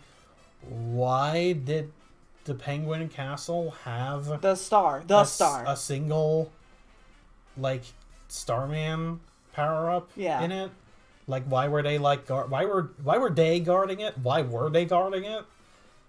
Do you know what I mean? Why the penguins? Like, why the penguins? Why were they guarding this power-up? Because, like... How did it get there? How long has it been there? Why is it there? I mean, it grants you invincibility for a short while, but, like, is it really that big of a deal? Yeah, like how many Starmen are there? Where did the Starman come from? Like, what... Why... They never really go into that, and you'd think because it's, like, a big part of this movie, but, like... And I don't even know... See, okay, here's the fucking thing. I don't even know why Bowser bothers. Like, he's like, oh, Bowser's like, I have the star, it'll impress like, Peach. It's like a flex to Peach. She'll want to marry me. But, like, what? You could be invincible for a couple of seconds. Whoopty shit. Who cares? No, like, see, like, the thing is that, like, you know, they could have just had Bowser go over to Peach and be like, yeah, let's do this thing. Let's get married, and then, like, you could have still had the same scene, and it wouldn't have fucking mattered. Because the only thing that the star does, ultimately, is just serve to help defeat Bowser. Yes. Bowser never benefits from it. No, which I thought was really stupid, because what I thought was going to happen is that Bowser uses up the star, and then they had to, like, either get their own, or improvise, or do something stupid. Something. Yeah, no, because, like, nobody makes any logical decisions in this this movie. No decisions are logical. Nobody does anything that makes sense. Well, see, like, the problem is that, like, there's no progress made in anything. It's not like, you know, like Mario has his training montage, and that, like, comes back later. But, like, other than that, like, all the characters are pretty static.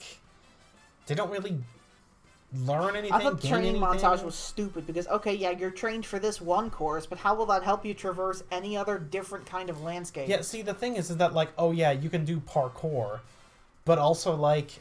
How will this help you? This never, like, it never came up, and also it doesn't actually help you fight Bowser? No, it was really dumb. I don't know what that was like. I mean, you gotta have the floating platforms and the jumping and the things and the fire bars because you know Mario. Every scene feels like filler to get to the thing that they want to show you, but they never get there. Every single scene feels like filler. I was assuming because I didn't specifically write this, but I'm assuming that there's a scene where, you know, where they storm Bowser's castle and Mario has to do platforming. Mario never has to do platforming. It never comes up. It never... It's a fucking... It's not a red herring, but it's like, Like, he has, like... Chekhov's fucking gun. There we go. That's what I want. Chekhov's fucking gun. He has the fucking sequence with, like, the fire Donkey Kong for, like, 2 seconds. And that's really lame. Goes nowhere. It's really lame, and it goes nowhere, and it serves no purpose. There's a part where Peach turns into Elsa. I don't know why every scene feels like a filler to get to a set piece, that nothing happens in it, and nothing happens there. No. And again, like, I feel like Mario wasn't important in this movie. I feel like, it's the Super Mario Brothers movie, but, like...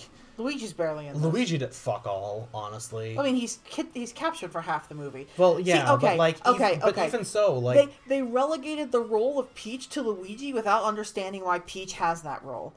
It's the Super Mario Brothers movie, but Luigi spends all of it being Peach.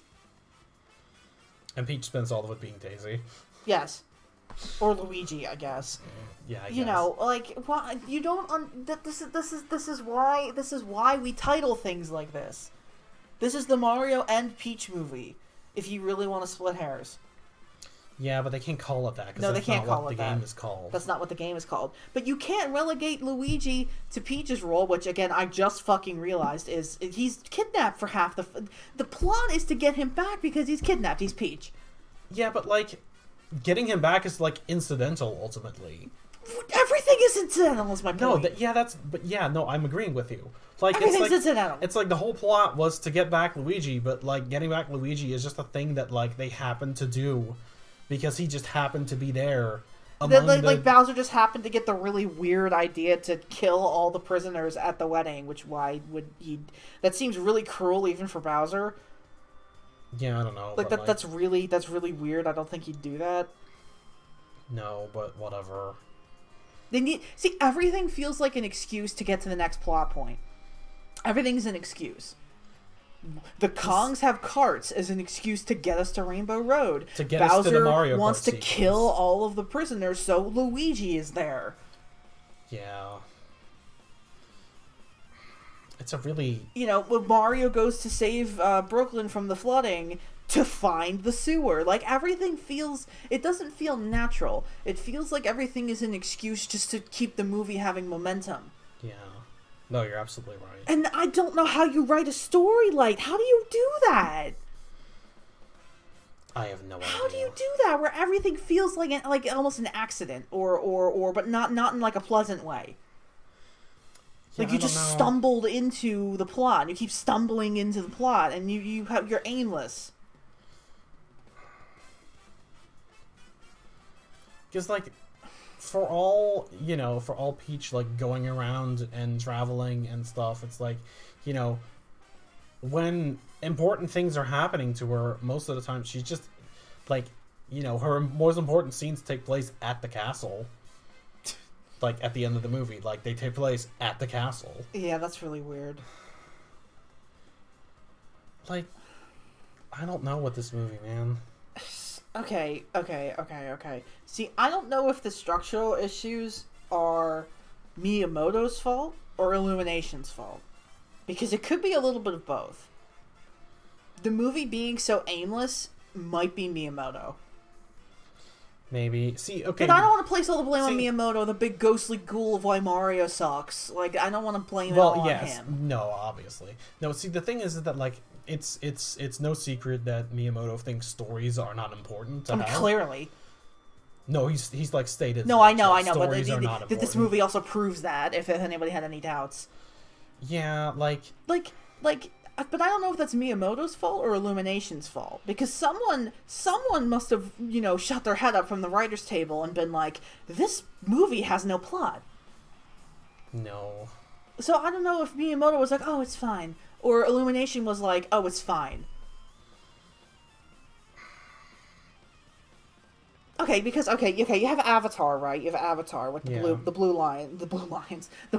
critters, not Last Airbender, Avatar. And you can kind of look at that movie really cynically and be like, okay, well, each scene is an excuse to get to the different set piece.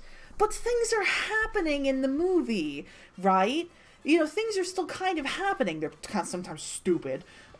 but at least like things are happening. We're kind of like we're learning about these people, and we're connecting with these people, and we're seeing their traditions, and we're seeing whatever. See, but like here, like not like nothing is no okay. Characters develop, nothing changes. See, okay, like if you don't know, okay, if you're the one person on this entire planet that went to see this movie and had never touched a Mario game, I don't know what to tell you. See, but I kind of feel like a fucking idiot for sitting here and being like, oh, but nobody changes throughout the movie. It's really static. Of course.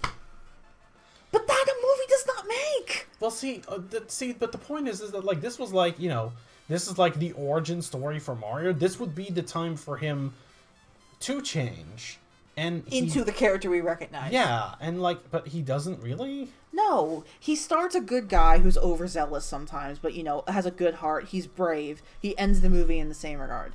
He doesn't learn anything. But I feel like an idiot for saying that because it's like, oh, what did you expect? Like like a fucking like grand operatic? No, not really. No. I don't know. I expected characters to have understandable motivations, which most don't. Even going beyond the plot issues also actually no, they stem from the plot issues. The plot issues are stem from nobody having a motivation in this movie. Like I think Miyamoto or Illumination or both or whomever. It doesn't really matter. It doesn't really matter because somebody should have fixed this. Somebody should have fucking fixed this. If you don't have a story, you don't have motivations, and if you don't have a motivation, then why am I here? Because you wanted to see Mario on the big screen. Mario's motivation was to get things. Luigi back, and then he gets Luigi back, and then I guess he just has to clean up after Bowser, and then what? Why does he move to the Mushroom Kingdom at the end? We don't know. They didn't talk about that. Why does he do that? He's beloved in Brooklyn now. Why would he move? His family loves him. His family's proud of him. Why then he ups and leaves. See, again, like, if they had blown up the way back and it's like, oh, well, it's like, but I like it here anyway, so it's fine. This is why I figured the ending was going to be, which was stupid, but, whatever. I mean, everybody thought they were losers in Brooklyn anyway, so they might as well leave. But, like, no... That's not what happens, but they still stay in the Mushroom Kingdom anyways? Why? What do you have to do with the Mushroom Kingdom? Why are you still there? I would have sooner expected Peach to go into Brooklyn. Yeah, that's honestly, that's the ending that I was expecting, is that she kind of like, she puts on the stupid plumber outfit for like, to sell merchandise, and then that's and then that's the ending. Yeah. We see her not doing anything like gross, like she's like fixing a sink, and then like you can have the next movie be like, oh, things went to shit ever since you left. Yeah, which is logical. Because Bowser escaped from his like bottle after the mushroom wore off, and he grew back to his regular fucking. And now size. he's taking over the Mushroom Kingdom. Go beat him. And Peach is like, oh no, I can't believe I left my people, and maybe she learns something. I don't know. There you go. There's your sequel, but you didn't do that. That's so. It is so easy. It is so easy to write a Mario movie, and they just refuse. They outright refused the basic mission statement of writing a Mario movie. I don't know how. I mean, we were expecting this, but I don't know how they did it. But they fucked up the Mario movie. I mean, of course it doesn't have a story, but it doesn't have even a bare bones basic story. It doesn't even... But it doesn't even know what it wants to do, because, like, on one hand, like, it almost feels like the movie's kind of confused what it wants to do, because, like... It's like, oh, we're kind of here now. Oh, we're kind of there now. Oh, we're kind of here. Maybe we'll... And again, like you said, hearsay drives the plot, because hearsay is why Peach thinks Bowser is trying to take over the kingdom. But that's not what he wants. And that's why she goes to the Kongs... to get them to, like, band together and then against hearsay. Bowser gets hearsay that Peach has like a boyfriend, and then he gets all huffy puffy about it. That's the plot. Yeah, and then like, see, but that ultimately doesn't come to anything, because by the time that Bowser finds Peach, Mario is already nowhere to be seen. I don't get it. I don't get it. I don't get this. I don't get it. I don't know how they fucked this up. I don't get it. I don't get... how does this movie exist the way that it does? It's genuinely, it's horrendous. It's insulting. It twerked on my soul. Yeah. It's structurally bad. The voices are not that great. The music is repetitive. You know, I mean, I guess it's fine to look at. It had a couple of funny moments in it. Visually, it's fine. Like, most of the characters look off, but of course they will. See, that's why I said that's what I meant with, like, it's a harmless movie. Like, kids will be entertained by it, and it's not actively making them the kid behind us was loving it. Yeah, and he pointed out all the different things he recognized from the commercials. He was like, Mom, I saw that in the trailer. I saw that in the commercial. Mom. Like, he was loving it. And that's fine. No, because that's what I'm saying, is that, like, you know, kids will like it, and it's not... It at least didn't lower itself to having, like, you know, fart jokes and that childish shit. Thrilled about. I'm thrilled that there was genuinely no twerking so that's what I meant with my statement humor at the start. Like, at least it's a harmless movie, but it's not a good movie. See, that is the only way in which it is harmless. Otherwise, it is harmful. It's very harmful to me. It is very offensive to me. Oh, yeah. No, it's offensive, but it's, like, harmless enough for kids. Fair enough.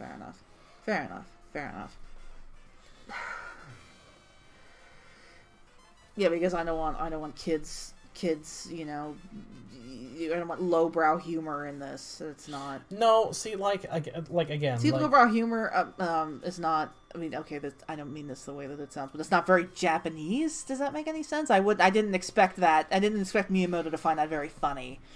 No, but, like, I don't know. There wasn't a lot in this movie that was funny, and most of it was just because, like, Jack Black is funny. The movie got one genuine laugh out of me, other than the Jack Black stuff, which was obviously hilarious. It was the scene with Luigi and Bowser that I went over. That was the one time I laughed. Yeah, but again, it's Bowser.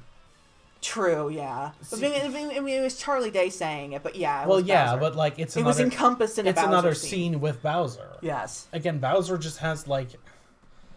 Everything else was just joyless and awful, and if I laughed, it was ironically. Like, I genuinely chuckled at the one thing, but the other was, it was just me being angry. Like, it was not genuine, joyful laughing. I don't know why this movie. I knew it would be bad. But I was trying not to be like a complete stick in the mud about it, and I wish I was. I didn't get my hopes up like the Ratchet and Clank movie, of course, but I really didn't expect Ratchet and Clank movie 2.0. No. And even that's a more structurally sound movie. It has a better like. Because what's the motivation for Ratchet in the first game? You know this. It's a little too late to quiz me right now. Oh, okay. It's like 1 a.m. Okay, fair enough. Well, the motivation for Ratchet in the first game is that President of the Galaxy Drac is going to destroy his planet. He's destroying a lot of planets in the galaxy, but he's going to destroy his planet next. I knew what the villain's thing was. Yeah, so Ratchet's plot, or motivation, as it were, is to help this little robot who wants to stop Drac, and he also wants to stop Drac because he's going to fuck his home planet. Yeah. So, like, that's a solid motivation. Sure. And they hop from planet to planet to planet. They're one step behind. Yeah, see, like, that's a solid movie. You know, like, that's a solid plot.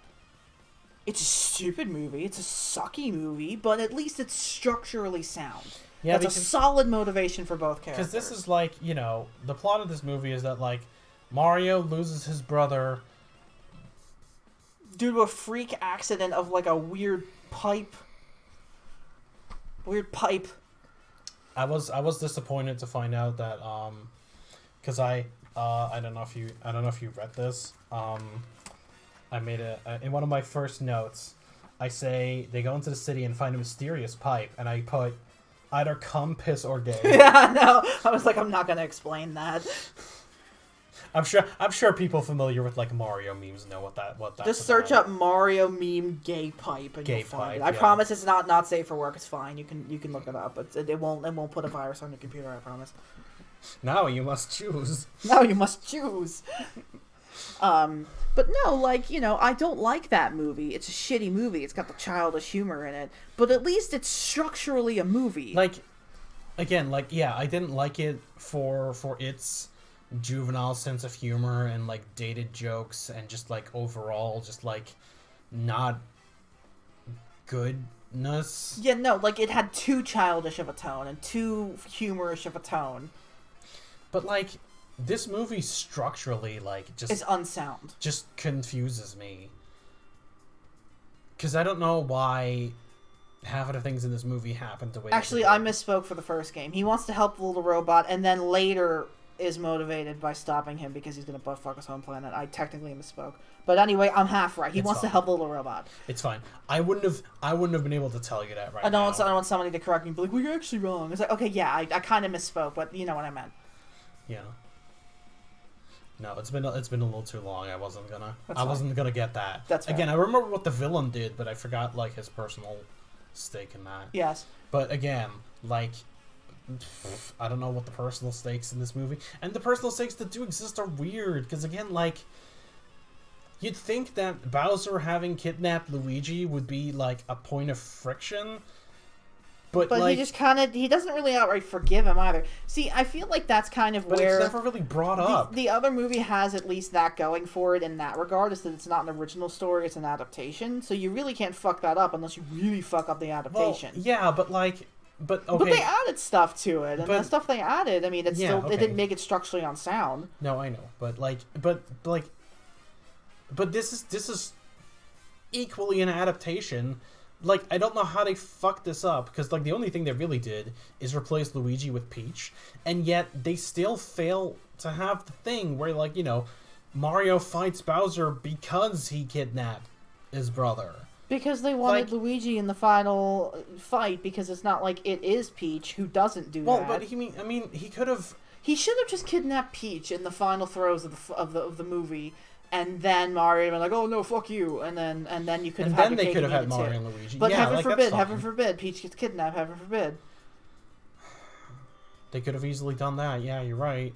Because then they could have had their cake and eat it too. Yeah, because then it's like, oh well, I just got Luigi back, and then you're gonna take Peach, you bastard! Stop taking stuff from me. Yeah, because like that's what I'm saying. It's like Mario does not give a single shit about Bowser. Like he knows not personally. He knows that Luigi, like, fell in his, like, domain, and he wants to get Luigi back, obviously.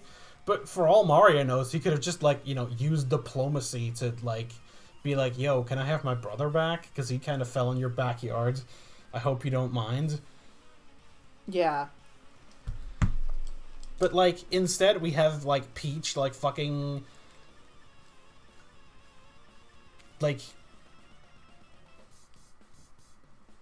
goading half the fucking continent, or like half the islands in this world to like band together against Bowser for some reason. Like, even though Bowser didn't even want war necessarily, like war were not declared. War were not declared. Do you know what I mean? Like, I do know what you mean. I don't understand this movie. No, because okay. Honestly, having the difference between the real world and the Mushroom Kingdom world, and then the universe world was a stupid idea from the word go. He should have been from New Donk City, because then it's like, even if he didn't have a personal connection to Bowser, he would know Bowser is evil, and he's a bastard. Yeah, because then he would at least have a nebulous idea within of the who same Bowser universe. is. Like he still hasn't been to the Mushroom Kingdom specifically. No, but he's like, he could read in the paper that Bowser stole a star, or he did a bad thing, and Mario would be like, oh, that Bowser, he's so bad, and then you have the warpipe shenanigans, and then he didn't need to be from Brooklyn specifically, other than he's from Brooklyn, even though that's like inconsistent at best. Yeah. Again, this the team behind this played 5 Mario games, not counting any of the Mario Karts specifically. but they played 5 Mario games, and they're really big fans of the Super Show. Yes. That's it. Yes. Like, but clearly they didn't take good notes from that, because at least even if they were basic plots, the episodes had plots. Yeah, exactly.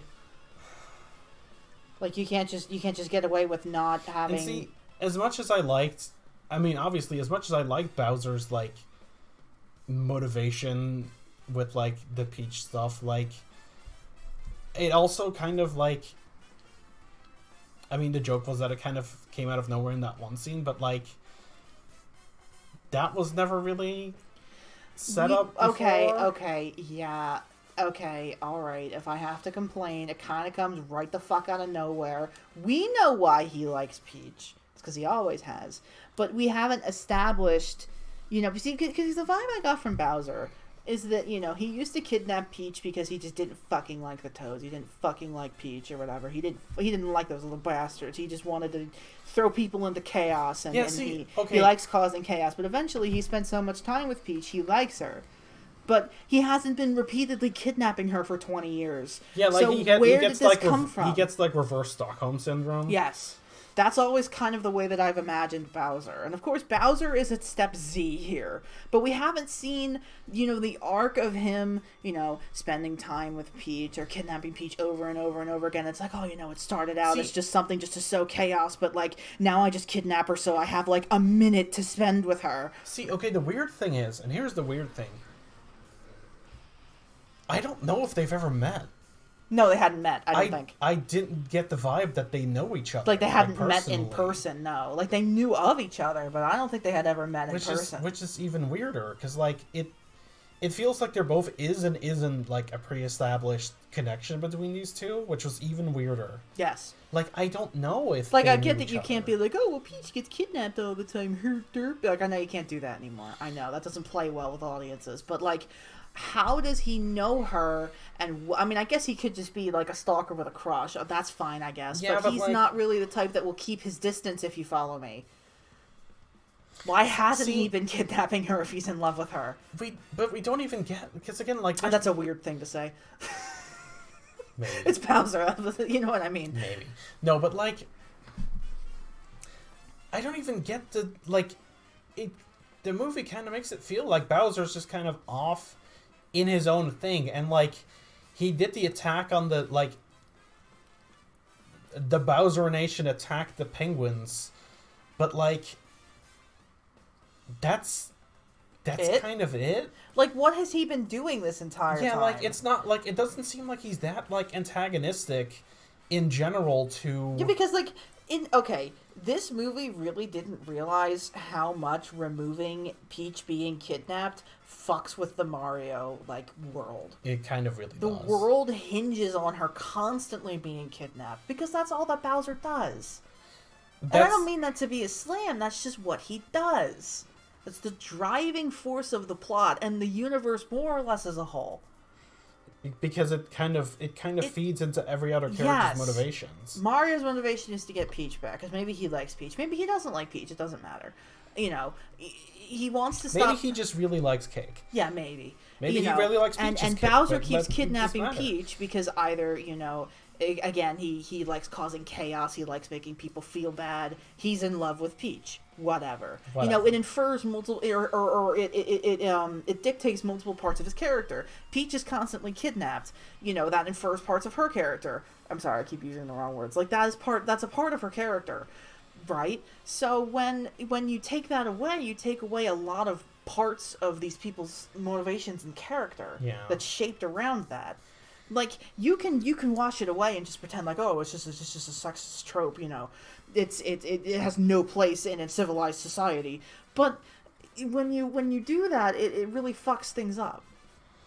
Because, like, I don't know, like, what I'm saying is that, like, Bowser feels too isolated. Like, again, you already said that, like, this movie is moving forward by playing telephone.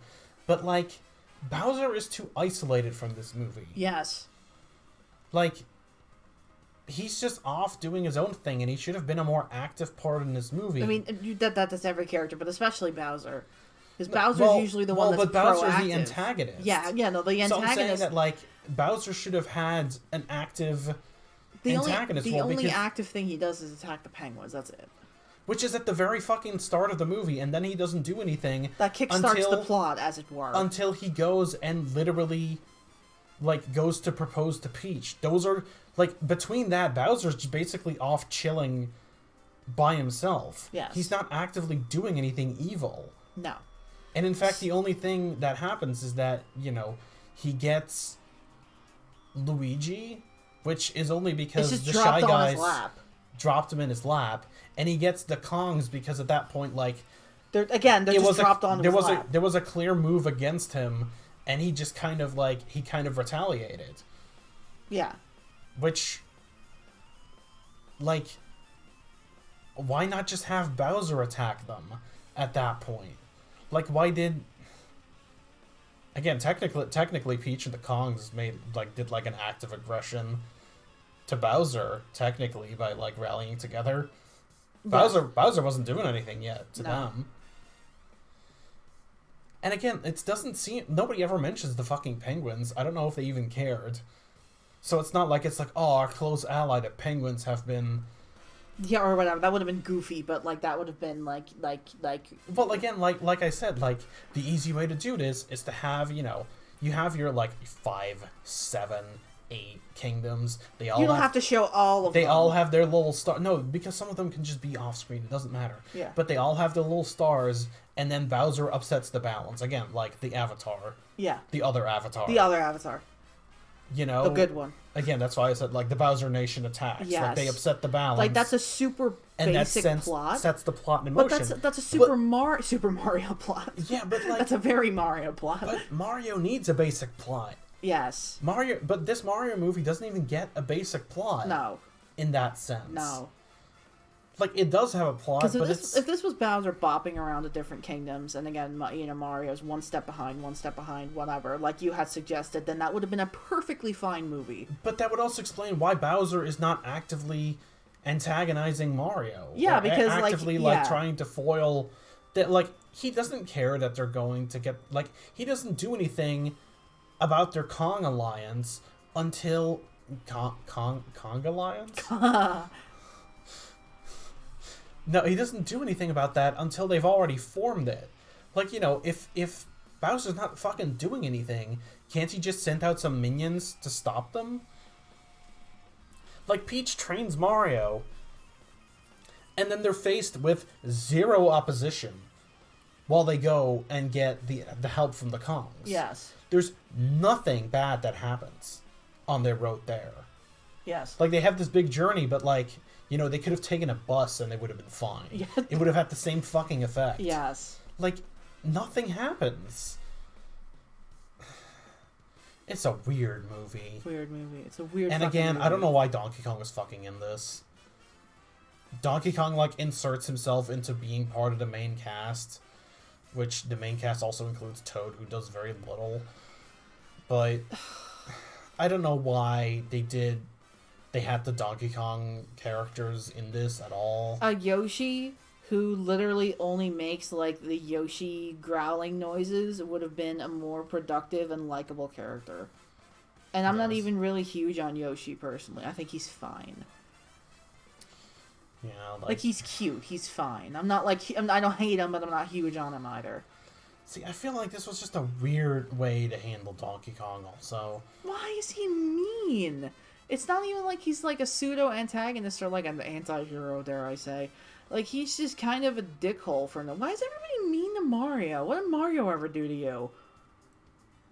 Yeah, like, I don't know, like... Nobody really likes Mario in the Mario movie. Everybody's kind of mean to Mario in general, but that's, like, you know... People in, like, Paper Mario or whatever who don't know who the hell he is and think he's goofy, like, that's different. Like, you can, like, he's bullyable, but everybody fucking hates him in this movie, and he doesn't even do anything unlikable. I don't know. This movie is all over the place. Because I think he's a likable enough guy. I think he's fine. Yeah, I don't know. He's surprisingly one of the few things that I can bitch very little about in the movie. Yeah, like, again, he doesn't have a, like... a good motivation, and I sometimes wonder why he's in the movie, which is bad because he's your main fucking character. He's the main character. But, like, as a character himself, I have very little complaints about him. No, he's fine. He's not quite how I imagine Mario to act like, but he's fine. Honestly, I'm just like, just to be honest, I was fucking sick of Peach by like her second scene. I'm like, yeah, I get it. She's like hyper competent, whatever. Ugh. I don't know. I don't know with Peach. I don't know, because it felt like, I feel like I say this a lot in regards to Peach, but like they wanted to have their cake and eat it too. Because she's super hyper competent in some scenes. In other scenes, all she does is just scream Mario's name, and that's her character. She stands on the sidelines, she screams his name. That's it. That's all she does. Like you can't, like, when the goings get tough, she doesn't get going. She's all talk. Yeah. Like okay, like she had like the scene at the wedding, but that's it. Yeah. Like when Mario is on screen, she's useless. But when he's not on screen, she's fine. In that regard. Which is a really weird way to handle the character. Because the second that he's on screen again, she just stops doing stuff. Like, she loses the power up, I think, at that point. But she just stops doing stuff, and she just stands around, and she's like, Mario! Yeah. I mean, why? Why do that? Why have it so that she's perfectly fine on her own, but then when Mario's around, she gets, like, her normal kind of attitude, not attitude, but like, self-preservation skills. Yeah, like that's really weird. I get it's to justify why Mario is the hero, but like, why does she have cutscene incompetence? He almost kind of isn't though. Like, I don't know. Again, this movie's in denial about Mario being the main character. This movie doesn't really have a main character. It's Bowser, I guess. I mean, he's the only one with a clear enough motivation. Well, yeah, but he's the antagonist. No, arguably. I don't even really like these people. No. Personally, I was rooting for the bonsai build to just fuck the castle in half. Yes. This is the I wasn't. This is the Super Princess Peach movie, starring. But she doesn't cry enough for that. Yes, I know. Haha. Yes. I'm making a joke. I know. But like, it's the Mario movie, but it's hardly Mario's movie. It's not really Mario's movie. It's not really Peach's movie, and it's certainly not Luigi's movie either. No. It's nobody's movie. This movie's for nobody, in that sense. It's for kids, obviously. But, even kids, I feel like, it's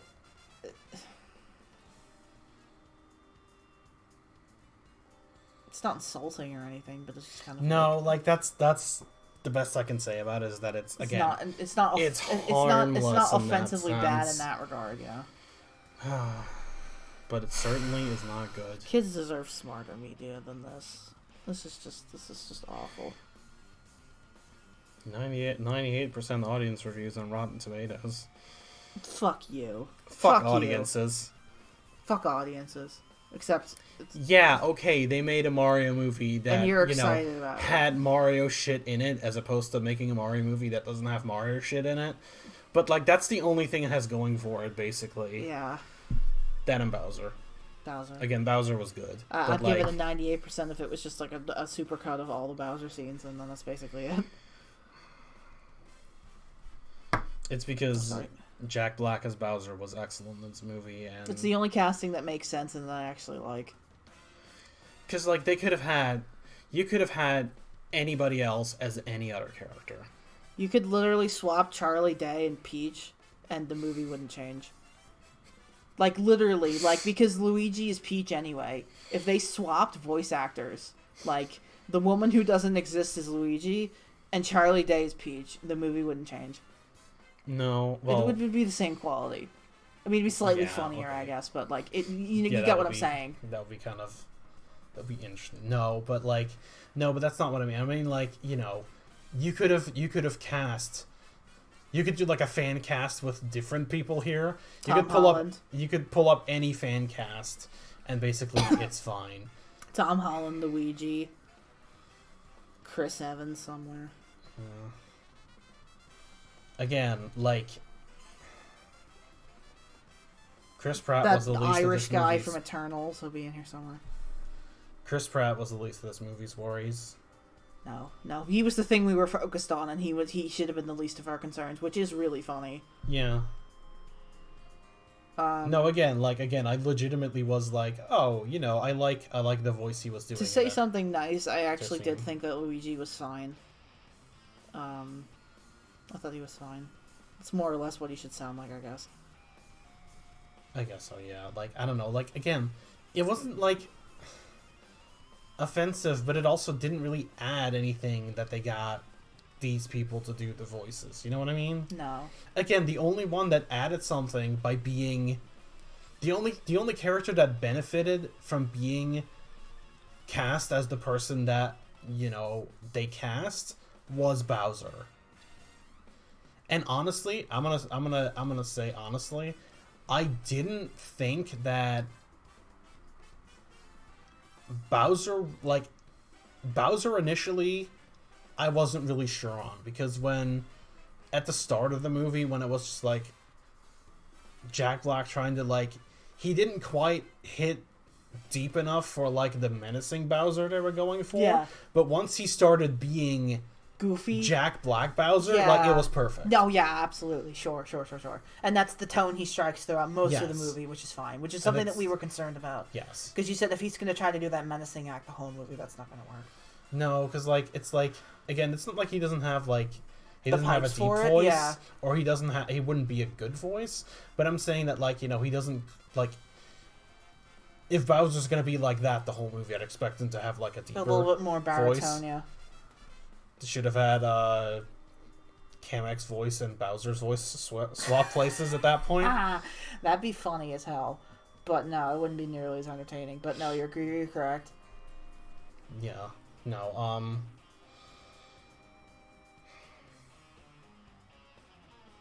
Any other final notes? Because it's been, 3 hours? Why the fuck was that Luma in this movie? Why? Yeah, I feel like that's a really big bitching point, because my final note is fuck the Luma. I mean, it was the final thing in the movie, so it's appropriate that's the final thing that we talk about. Why the fuck was it in the movie? Who thought that was a good idea? Somebody thought that was hilarious. Again, we had 2 full scenes dedicated to it, and it got to be like the stinger. Somebody thought that was Somebody hysterical. thought that thing was hysterical. I need to find that person, and I need to kill them. And apparently people in the audience, especially the kids, thought it was too, but, like... Well, they're children. They don't know any better. But, like... Ugh. Which is why it's here. They don't know any better. I have no idea how you can think that that's funny. Like, that's no business being in a Mario movie. Oh, sweet release of death has nothing to do with Mario. Nothing even remotely to do with Mario. Nobody talks like that. Those are very gruesome topics for such an innocent little game series. I know Bowser was gonna, like, burn people alive and all, but, like, come on. Oh, one thing I found mildly amusing, speaking of Bowser burning people, Koopa says something kind of not snippy. Oh, he just gets burnt down to a yeah. I thought that was cute. Yeah, that was. I thought that was funny. Like, he's just funny. Like, what the fuck, and he's just a dry bones. I thought that was funny. That was funny. That was fun. I like that. But again, it's a Bowser scene. It's a Bowser scene, of course. But no, I thought that was cute. I like that.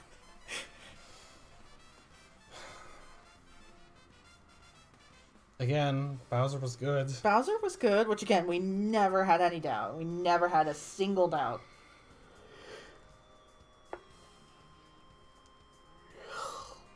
And Chris Pratt was better than I thought. Yeah, no, I'm sorry, Chris Pratt. I'm sorry I made fun of you. I'm sorry. I'm genuinely sorry. You were fine. Yeah. Again, I'm just of the opinion that if, like, you know, celebrity voices weren't going to add anything, they shouldn't have been cast in the first place. No.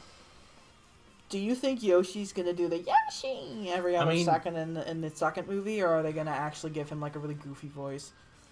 Because they played the Yoshi sound clip at the end, but I don't think he's going to do Yoshi the whole movie. I don't think he's going to do that.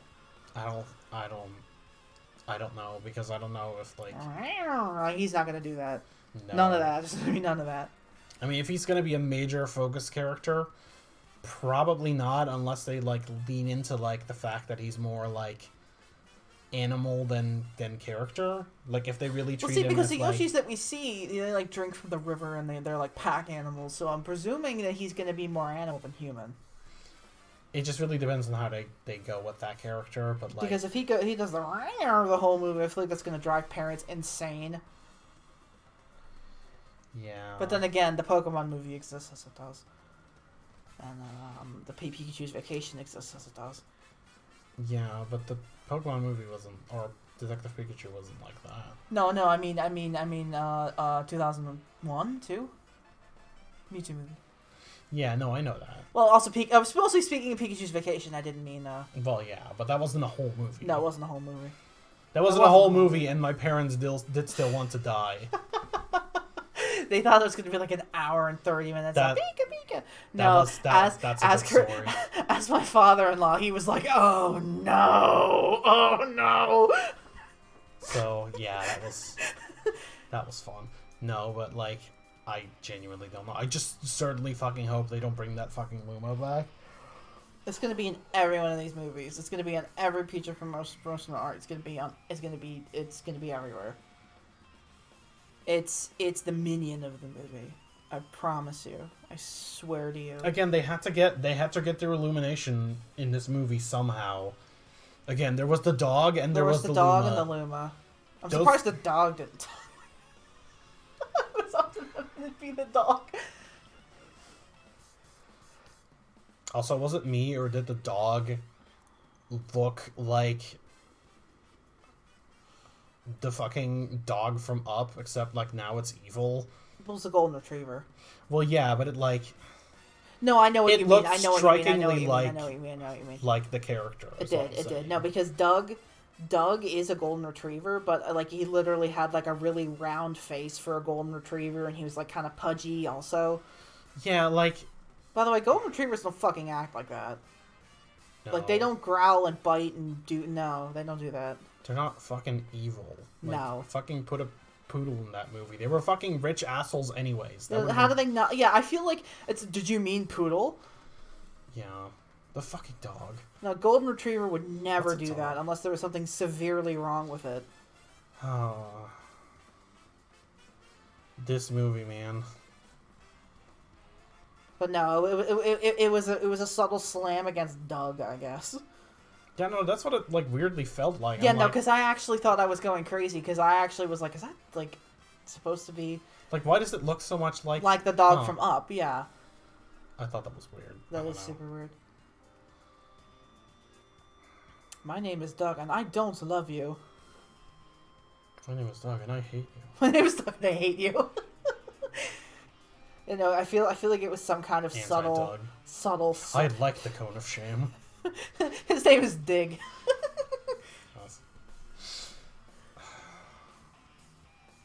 I like the cone of shame. That's a good movie. Yes. Go watch that movie. That's a great movie. Go watch Up. If you're here waiting for a movie recommendation, go watch Up. Go watch Up if you haven't. if you've seen it already, go watch it again. Go watch it again. Don't watch this. You don't have to. You don't have to do this. You don't have to watch the Mario movie. It's not worth watching. It's not worth hate watching. And for the record, we have. I mean, okay, this, like what you should do is you should once the movie is like out on DVD, you should fucking look up clips of like Bowser doing like the songs. Yes. Bowser's worst scene was when like they made him fucking play the Underground theme on the piano. Oh my god, that drove me nuts. While they were like doing exposition. That drove me nuts. I literally turned to you and I was like, "Oh my god, why does every single musical sting that's like a reference have to be played by a character?" Because at the end of the scene with the Peach intrigue, Toad just starts playing a flute, which is a different, I want to say like the ground theme. I couldn't tell what he was playing, actually. He was playing something that was a reference. I was like, I'm sure he's playing something. He's playing something that was a reference, and then the next scene, or one of the few scenes later, I wouldn't be surprised if he was Underground like theme on the if piano. it was like the warp whistle from Mario 3. Which, it was something I recognized. Which is also the one from just Zelda. It's a do. Yeah, I think it was that. Yeah, I think he was playing that. But anyway, yeah, I'm like, why do they have to justify the musical stings? They're musical stings. That doesn't fucking matter. Yeah, why are characters just playing instruments? Like, the Toad thing really bothered me, but the Bowser thing somehow bothered me even more. Why are you playing that? What is that song to you? What is that song to you? Yeah, I don't know. Is it like Chopsticks? Maybe nobody knows where it comes from? Yeah. Maybe it's something that Ludwig von Koopa wrote, while he was manufacturing pianos. I know he's not his son anymore. Fuck off. I know. You know what? I'm surprised they didn't fucking. Well, you're surprised the Koopa shitters aren't in this? No, I'm surprised that, like, speaking of characters that they could have, like, or no, we talked about Yoshi earlier, but, like, speaking of characters that they could have fucking teased, like, I'm surprised they didn't go with, like, Bowser Jr. or, like, fucking anybody. It depends on if they want to adapt Sunshine, at least partially. With the whole You Are Mama thing. I don't know if they'd do that again, but... See, like, I feel like that's a decent thing they could rework into one of these movies. And that do nothing with. Well, obviously, because, I mean, again, they didn't do anything with the things they had in this movie, so why would you expect them to do anything with anything else? I'm sure you know this. I'm sure you, the audience, knows this. They greenlit a sequel for this, based off of pre-sales and, like, hype. They greenlit a sequel already, and we know this. Of course, they sequel hooked it, but they would have sequel hooked it either way. So we're getting a fucking second movie. And I don't know why. I don't know why. What's there more to tell? What you have to do something if you're going to franchise this. I said during dinner today, I said we're going to get 3 movies in a spinoff. At the very least. 3 movies. Who's getting a spinoff? Donkey Kong? Donkey Kong. Donkey Kong's getting his own movie. It's going to be fucking awful and you're going to hate it. You're going to be writhing in pain in the theater. I'm going to have to drag you out of there. It's gonna be Avatar 2, and you're gonna turn to me and you're gonna say, I need to leave. And I'm gonna say, okay, and we're gonna go. Yeah, I don't know. It's gonna be Donkey Kong. Or Yoshi if we're lucky, but it's gonna be Donkey Kong. It's gonna be Seth Rogen, Donkey Kong, and they're gonna have to live with that. Yeah, we're just gonna have to, like, see, because, like, again, like, am I, like, am I, like, totally in love with Chris Pratt Mario, or, like, Luigi, or whatever, or whoever voices Peach? That AI voice for Peach. I'm sure she's a lovely woman. No, it's just a running gag. It's a running gag. I'm sure she's lovely. It's a running gag at this point. That, or I'm, like, actively seeking a feud with her somehow. That'd be really fun. And that'll be my claim to fame. Yes, is that you're feuding and she'll blast you on Twitter and then we'll be famous. Yes. But no, I mean no harm with it. No, it's just a good one. No, it's funny. It's funny because I feel like people are being like, "Oh, she's from this TV show." It's like, okay, yeah, we don't watch TV. I've actually never had a comment like that so far, but okay. I just think it's just funny. In case we're being funny. But like we're being funny. I'm fine with this universe continuing, but honestly, the fucking Seth Rogen Donkey Kong is like the worst thing. It's the worst thing to blight mankind. Probably easily the worst voice. It's just distracting. It doesn't fit. It's just. I don't know what Donkey Kong should sound like, but not that. Not that. Just like Seth Rogen. No, it shouldn't. No. I don't know. I really don't know. I can't give you a name. Oh, he should be voiced by he should be he's voiced by Tom Holland. Like, I don't know. I'm definitely not. This is the first actor I thought of. Like, I'm not saying that. I don't know what would be a good replacement. You should voice him. I could voice him. I don't know. It doesn't matter. But not Seth Rogen. Just like, oh, hi, I'm Seth Rogen. Yeah, I'm punching you. I don't know. And I don't think Donkey Kong should have been like Dude Bro Donkey Kong. Well, it's Funky Kong's thing. Dude. Yeah. He's a dude. He's not a dude bro. He's like he's a dude, surfer. Dude. Yeah, he's like a yeah. You're right. Bodacious. But no, that's not Donkey Kong's character. See, okay, I was bitching about this in a chat, and I'm gonna basically repeat this. The Mario characters have very simple characters, but they have characters, and it's kind of hard to really describe without making them sound really boring. But, you know, Mario is just like a good guy. He's a good Samaritan, you know, whatever. And Donkey Kong, you know, like I said earlier, like he's kind of lazy, but he's a good guy, you know, and he's, you know, maybe he kind of showboats sometimes, but... no, not really. See, Donkey Kong's thing is like, you know, he's kind of like, he's been characterized as like a dumb muscle in the past a little bit. Yeah, I was going to call him an idiot, but that's not really fair. I mean, Cranky calls him an idiot. Well, that's because Cranky's an asshole. Yeah, but Cranky's not enough of an asshole in this movie. Again, he's cranky in name only. He's like smug Kong. Yes, he's more smug because he's not old enough, he's not cranky enough, and he's not Kong enough, I guess. I'm trying to think of like an adjective that he is. He's crotchety. No, but like in this movie. Oh, he's like. He's jovial. I don't know. He's like kind of like fun uncle, but also kind of strict uncle. Like he's like fun uncle that's been in the army, like. Because he's like, oh, you know, you shouldn't whisper. That's rude. You know, like that kind of shit. Donkey Kong had to. We didn't even talk about this about Donkey Kong's character's motivation because apparently his dad seems to think that he's not good enough, even though he's like his star warrior. See, I thought that was completely rushed because basically when Donkey Kong comes out, he's showboating, and Cranky's like, "Oh, you fucking bastard! Knock that off! Just start the battle, or whatever." And Donkey Kong later says that he thinks that his father thinks that he's a joke, but. Clearly, that's not true. That's not true. That's not really what... He just wants things to... He thinks that he treats things like a joke. That's different. That's different. That's not what he meant. So, like... That's not quite... I don't know. And then he got, like, a, well done, son moment. And I was like, okay, yay, I guess. What? Yeah, no, see, okay, I don't... See, okay, but I think... Do we ever see Donkey Kong, like, upset that Cranky's always fucking mean to him? I don't think so. I don't think it bothers him. No, characters are just kind of like, you know, Cranky is just Cranky. Like, that's just... Maybe in, like, the cartoon sometimes. I don't know. I've not seen the cartoon in, like... Because I feel like Donkey Kong just kind of takes that in stride because I think that he knows that he's kind of an idiot, but he's okay with that. Yeah. But see, okay, when I meant by showboating earlier, he's confident in himself. Yeah. You never get the vibe from him that he's insecure. So to see Donkey Kong be a jerk and insecure is really weird. Yeah, because I feel like that's not the character. No, he's the leader of the bunch. He's confident in himself. He's confident in his crew. You know him well. You know him well. I know him well, and I don't even really subscribe to being like a Donkey Kong like fan specifically. I think the games are really hard. Yeah.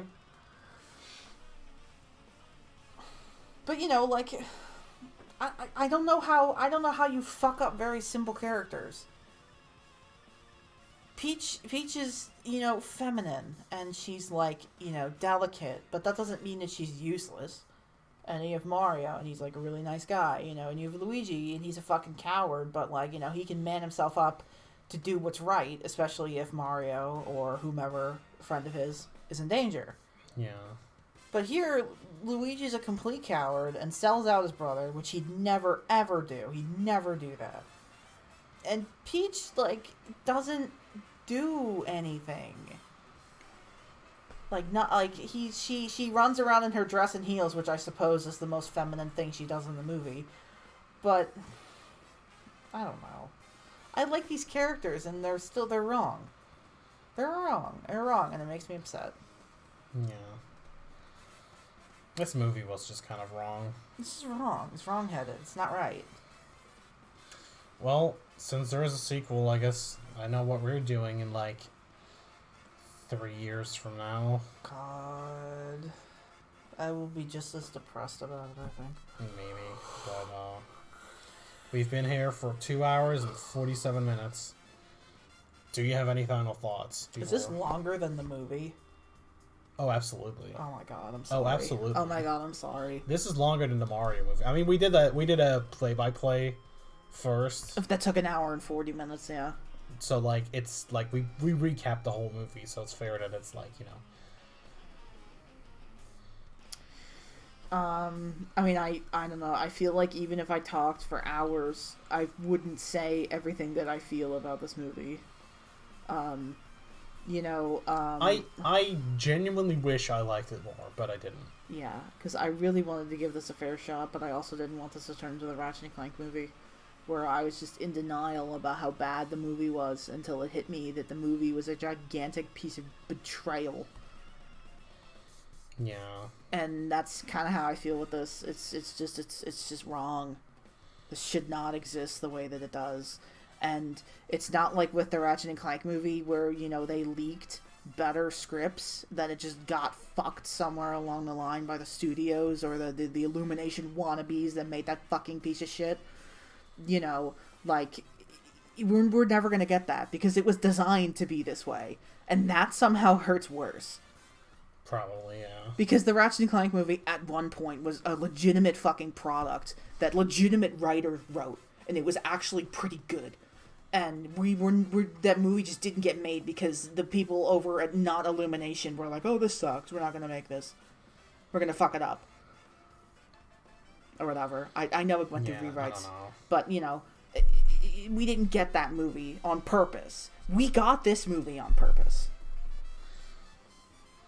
Yeah. There's no better movie that this could have been. This is the best version of the product.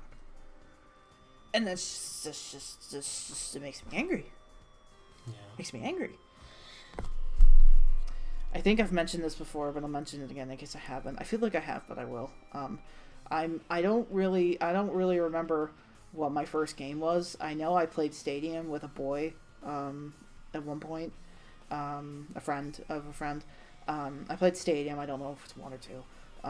But my first game I really played and invested a lot of time in was Mario Golf. I know it's not really Mario, but it's Mario Golf. And so, that game, and that, I don't really think of Mario as like a game that I like that much, and I know I've said that. But I apparently really like it a lot because this movie is just not, it makes me angry. Yeah, it genuinely makes me upset. See, it's the kind of thing where I feel like it's not often that you'll hear somebody say, Mario is my favorite. Just like somebody saying Pikachu is their favorite Pokemon. Nobody says that. But everybody kind of likes Mario. Everybody kind of likes Pikachu. It's the same thing. Nobody will say Mario is their favorite, but everybody likes Mario. Mario has consistently good games. Mario's he's a fun guy. He's like everybody's fun uncle, I guess, or he's a constant in your life and in a very gentle way, because I don't want to make it sound creepy. Yeah. He's Mario is, he's got comfy little games and he's cute and he's fun and he's many people's first foray into gaming as a child. Yeah. I spent my entire childhood stomping Koopas, but for real. And I don't know why this movie exists. No, because ultimately the downfall was not it had soulless random celebrity casting. The downfall of the movie was not it had Illumination style humor all over the place. Because honestly, that would have made me less upset. The downfall of this movie is just it didn't know what it wanted to be, and the plot is just all over the place. And it doesn't really work. And to just make such shit. I don't know. Because at least if it was Illumination humor, I could just be mad at Illumination. I'm just mad in general. Yeah, now I'm just mad at this incompetent fucking movie. Now I just don't know who to be mad at. Exactly. I'm just mad. I'm just incompetent. I cannot fathom making something so shit. No. But not actively shit. It's a shit in a way it gnaws at you. It picks and picks and it picks. Because it's not like an obvious I can point to this and this and this and this. Oh, well, this pissed me off. No, this pissed me because off. I totally see why people would watch this movie and be like, that was a good movie because it had, again, it had Mario things in it that I wanted to see out of a Mario movie. But you're not really thinking about it. No, I was thinking about it, and that's why I hate it. Yeah. Even if I didn't think about it, I don't think I'd like it. No, but I'm saying that I can see why people would. Oh yeah. No, because if somebody enjoyed this in the theater, then that's fine. I'm not saying you're stupid, but I can't. And maybe again, you don't care, and you think that if you don't really care, if you have a passive interest in Mario, you played 64, you played Odyssey, you whatever, your kids. Again, if you play one of the 5 games I mentioned, you'll like this. Yes. But if you're diehard gamer like I am, then you're not gonna find much in this. You're gonna just get annoyed by the constant references to things that, of course, and everybody else knows, and these hollow characters with nothing to do and nothing to say that accomplish nothing. Yeah, that's the bottom line here. No, I'm done. All right. Well, if you've made it this far, congratulations. I'm sorry. And thank you for watching. I'm sorry, I wasn't very funny. No, I think we had enough funny moments. But yeah, no, it's almost been 3 hours. It's time we wrap this up. Yeah, we gotta go to bed. Thanks everybody for watching. And fun fact, about at 12:30, my work called and asked me if I could work this weekend, even though I took off because it's my birthday. So no, I'm not working. And if you call me at 12:30 on a Thursday, yeah, I don't know why they thought that was a good idea. I'm gonna tell them that they woke me up and that I'm not fucking working. Well, don't say that. Say that you have plans, but... I mean, I do have plans. We have stuff to do tomorrow. You should tell them not to call me at 12:30 on a weekday. You're not gonna be awake. Yeah. No, but... I just wanted to bring that up because I thought that was funny. All right, but yeah, we're gonna wrap up here. Yes. Yes, this is a very good video. I've been just kind of staring at it. Yes. At the various parts of this. It's good. It's perfect. I'm very glad that I took 15 minutes to put it together. All right, but thanks everybody for watching. We will see you in another 3 years when the Super Mario Bros. Movie 2 The More Than Equal sequel. The Quickening. Fuck. All right. Bye, everybody. Bye.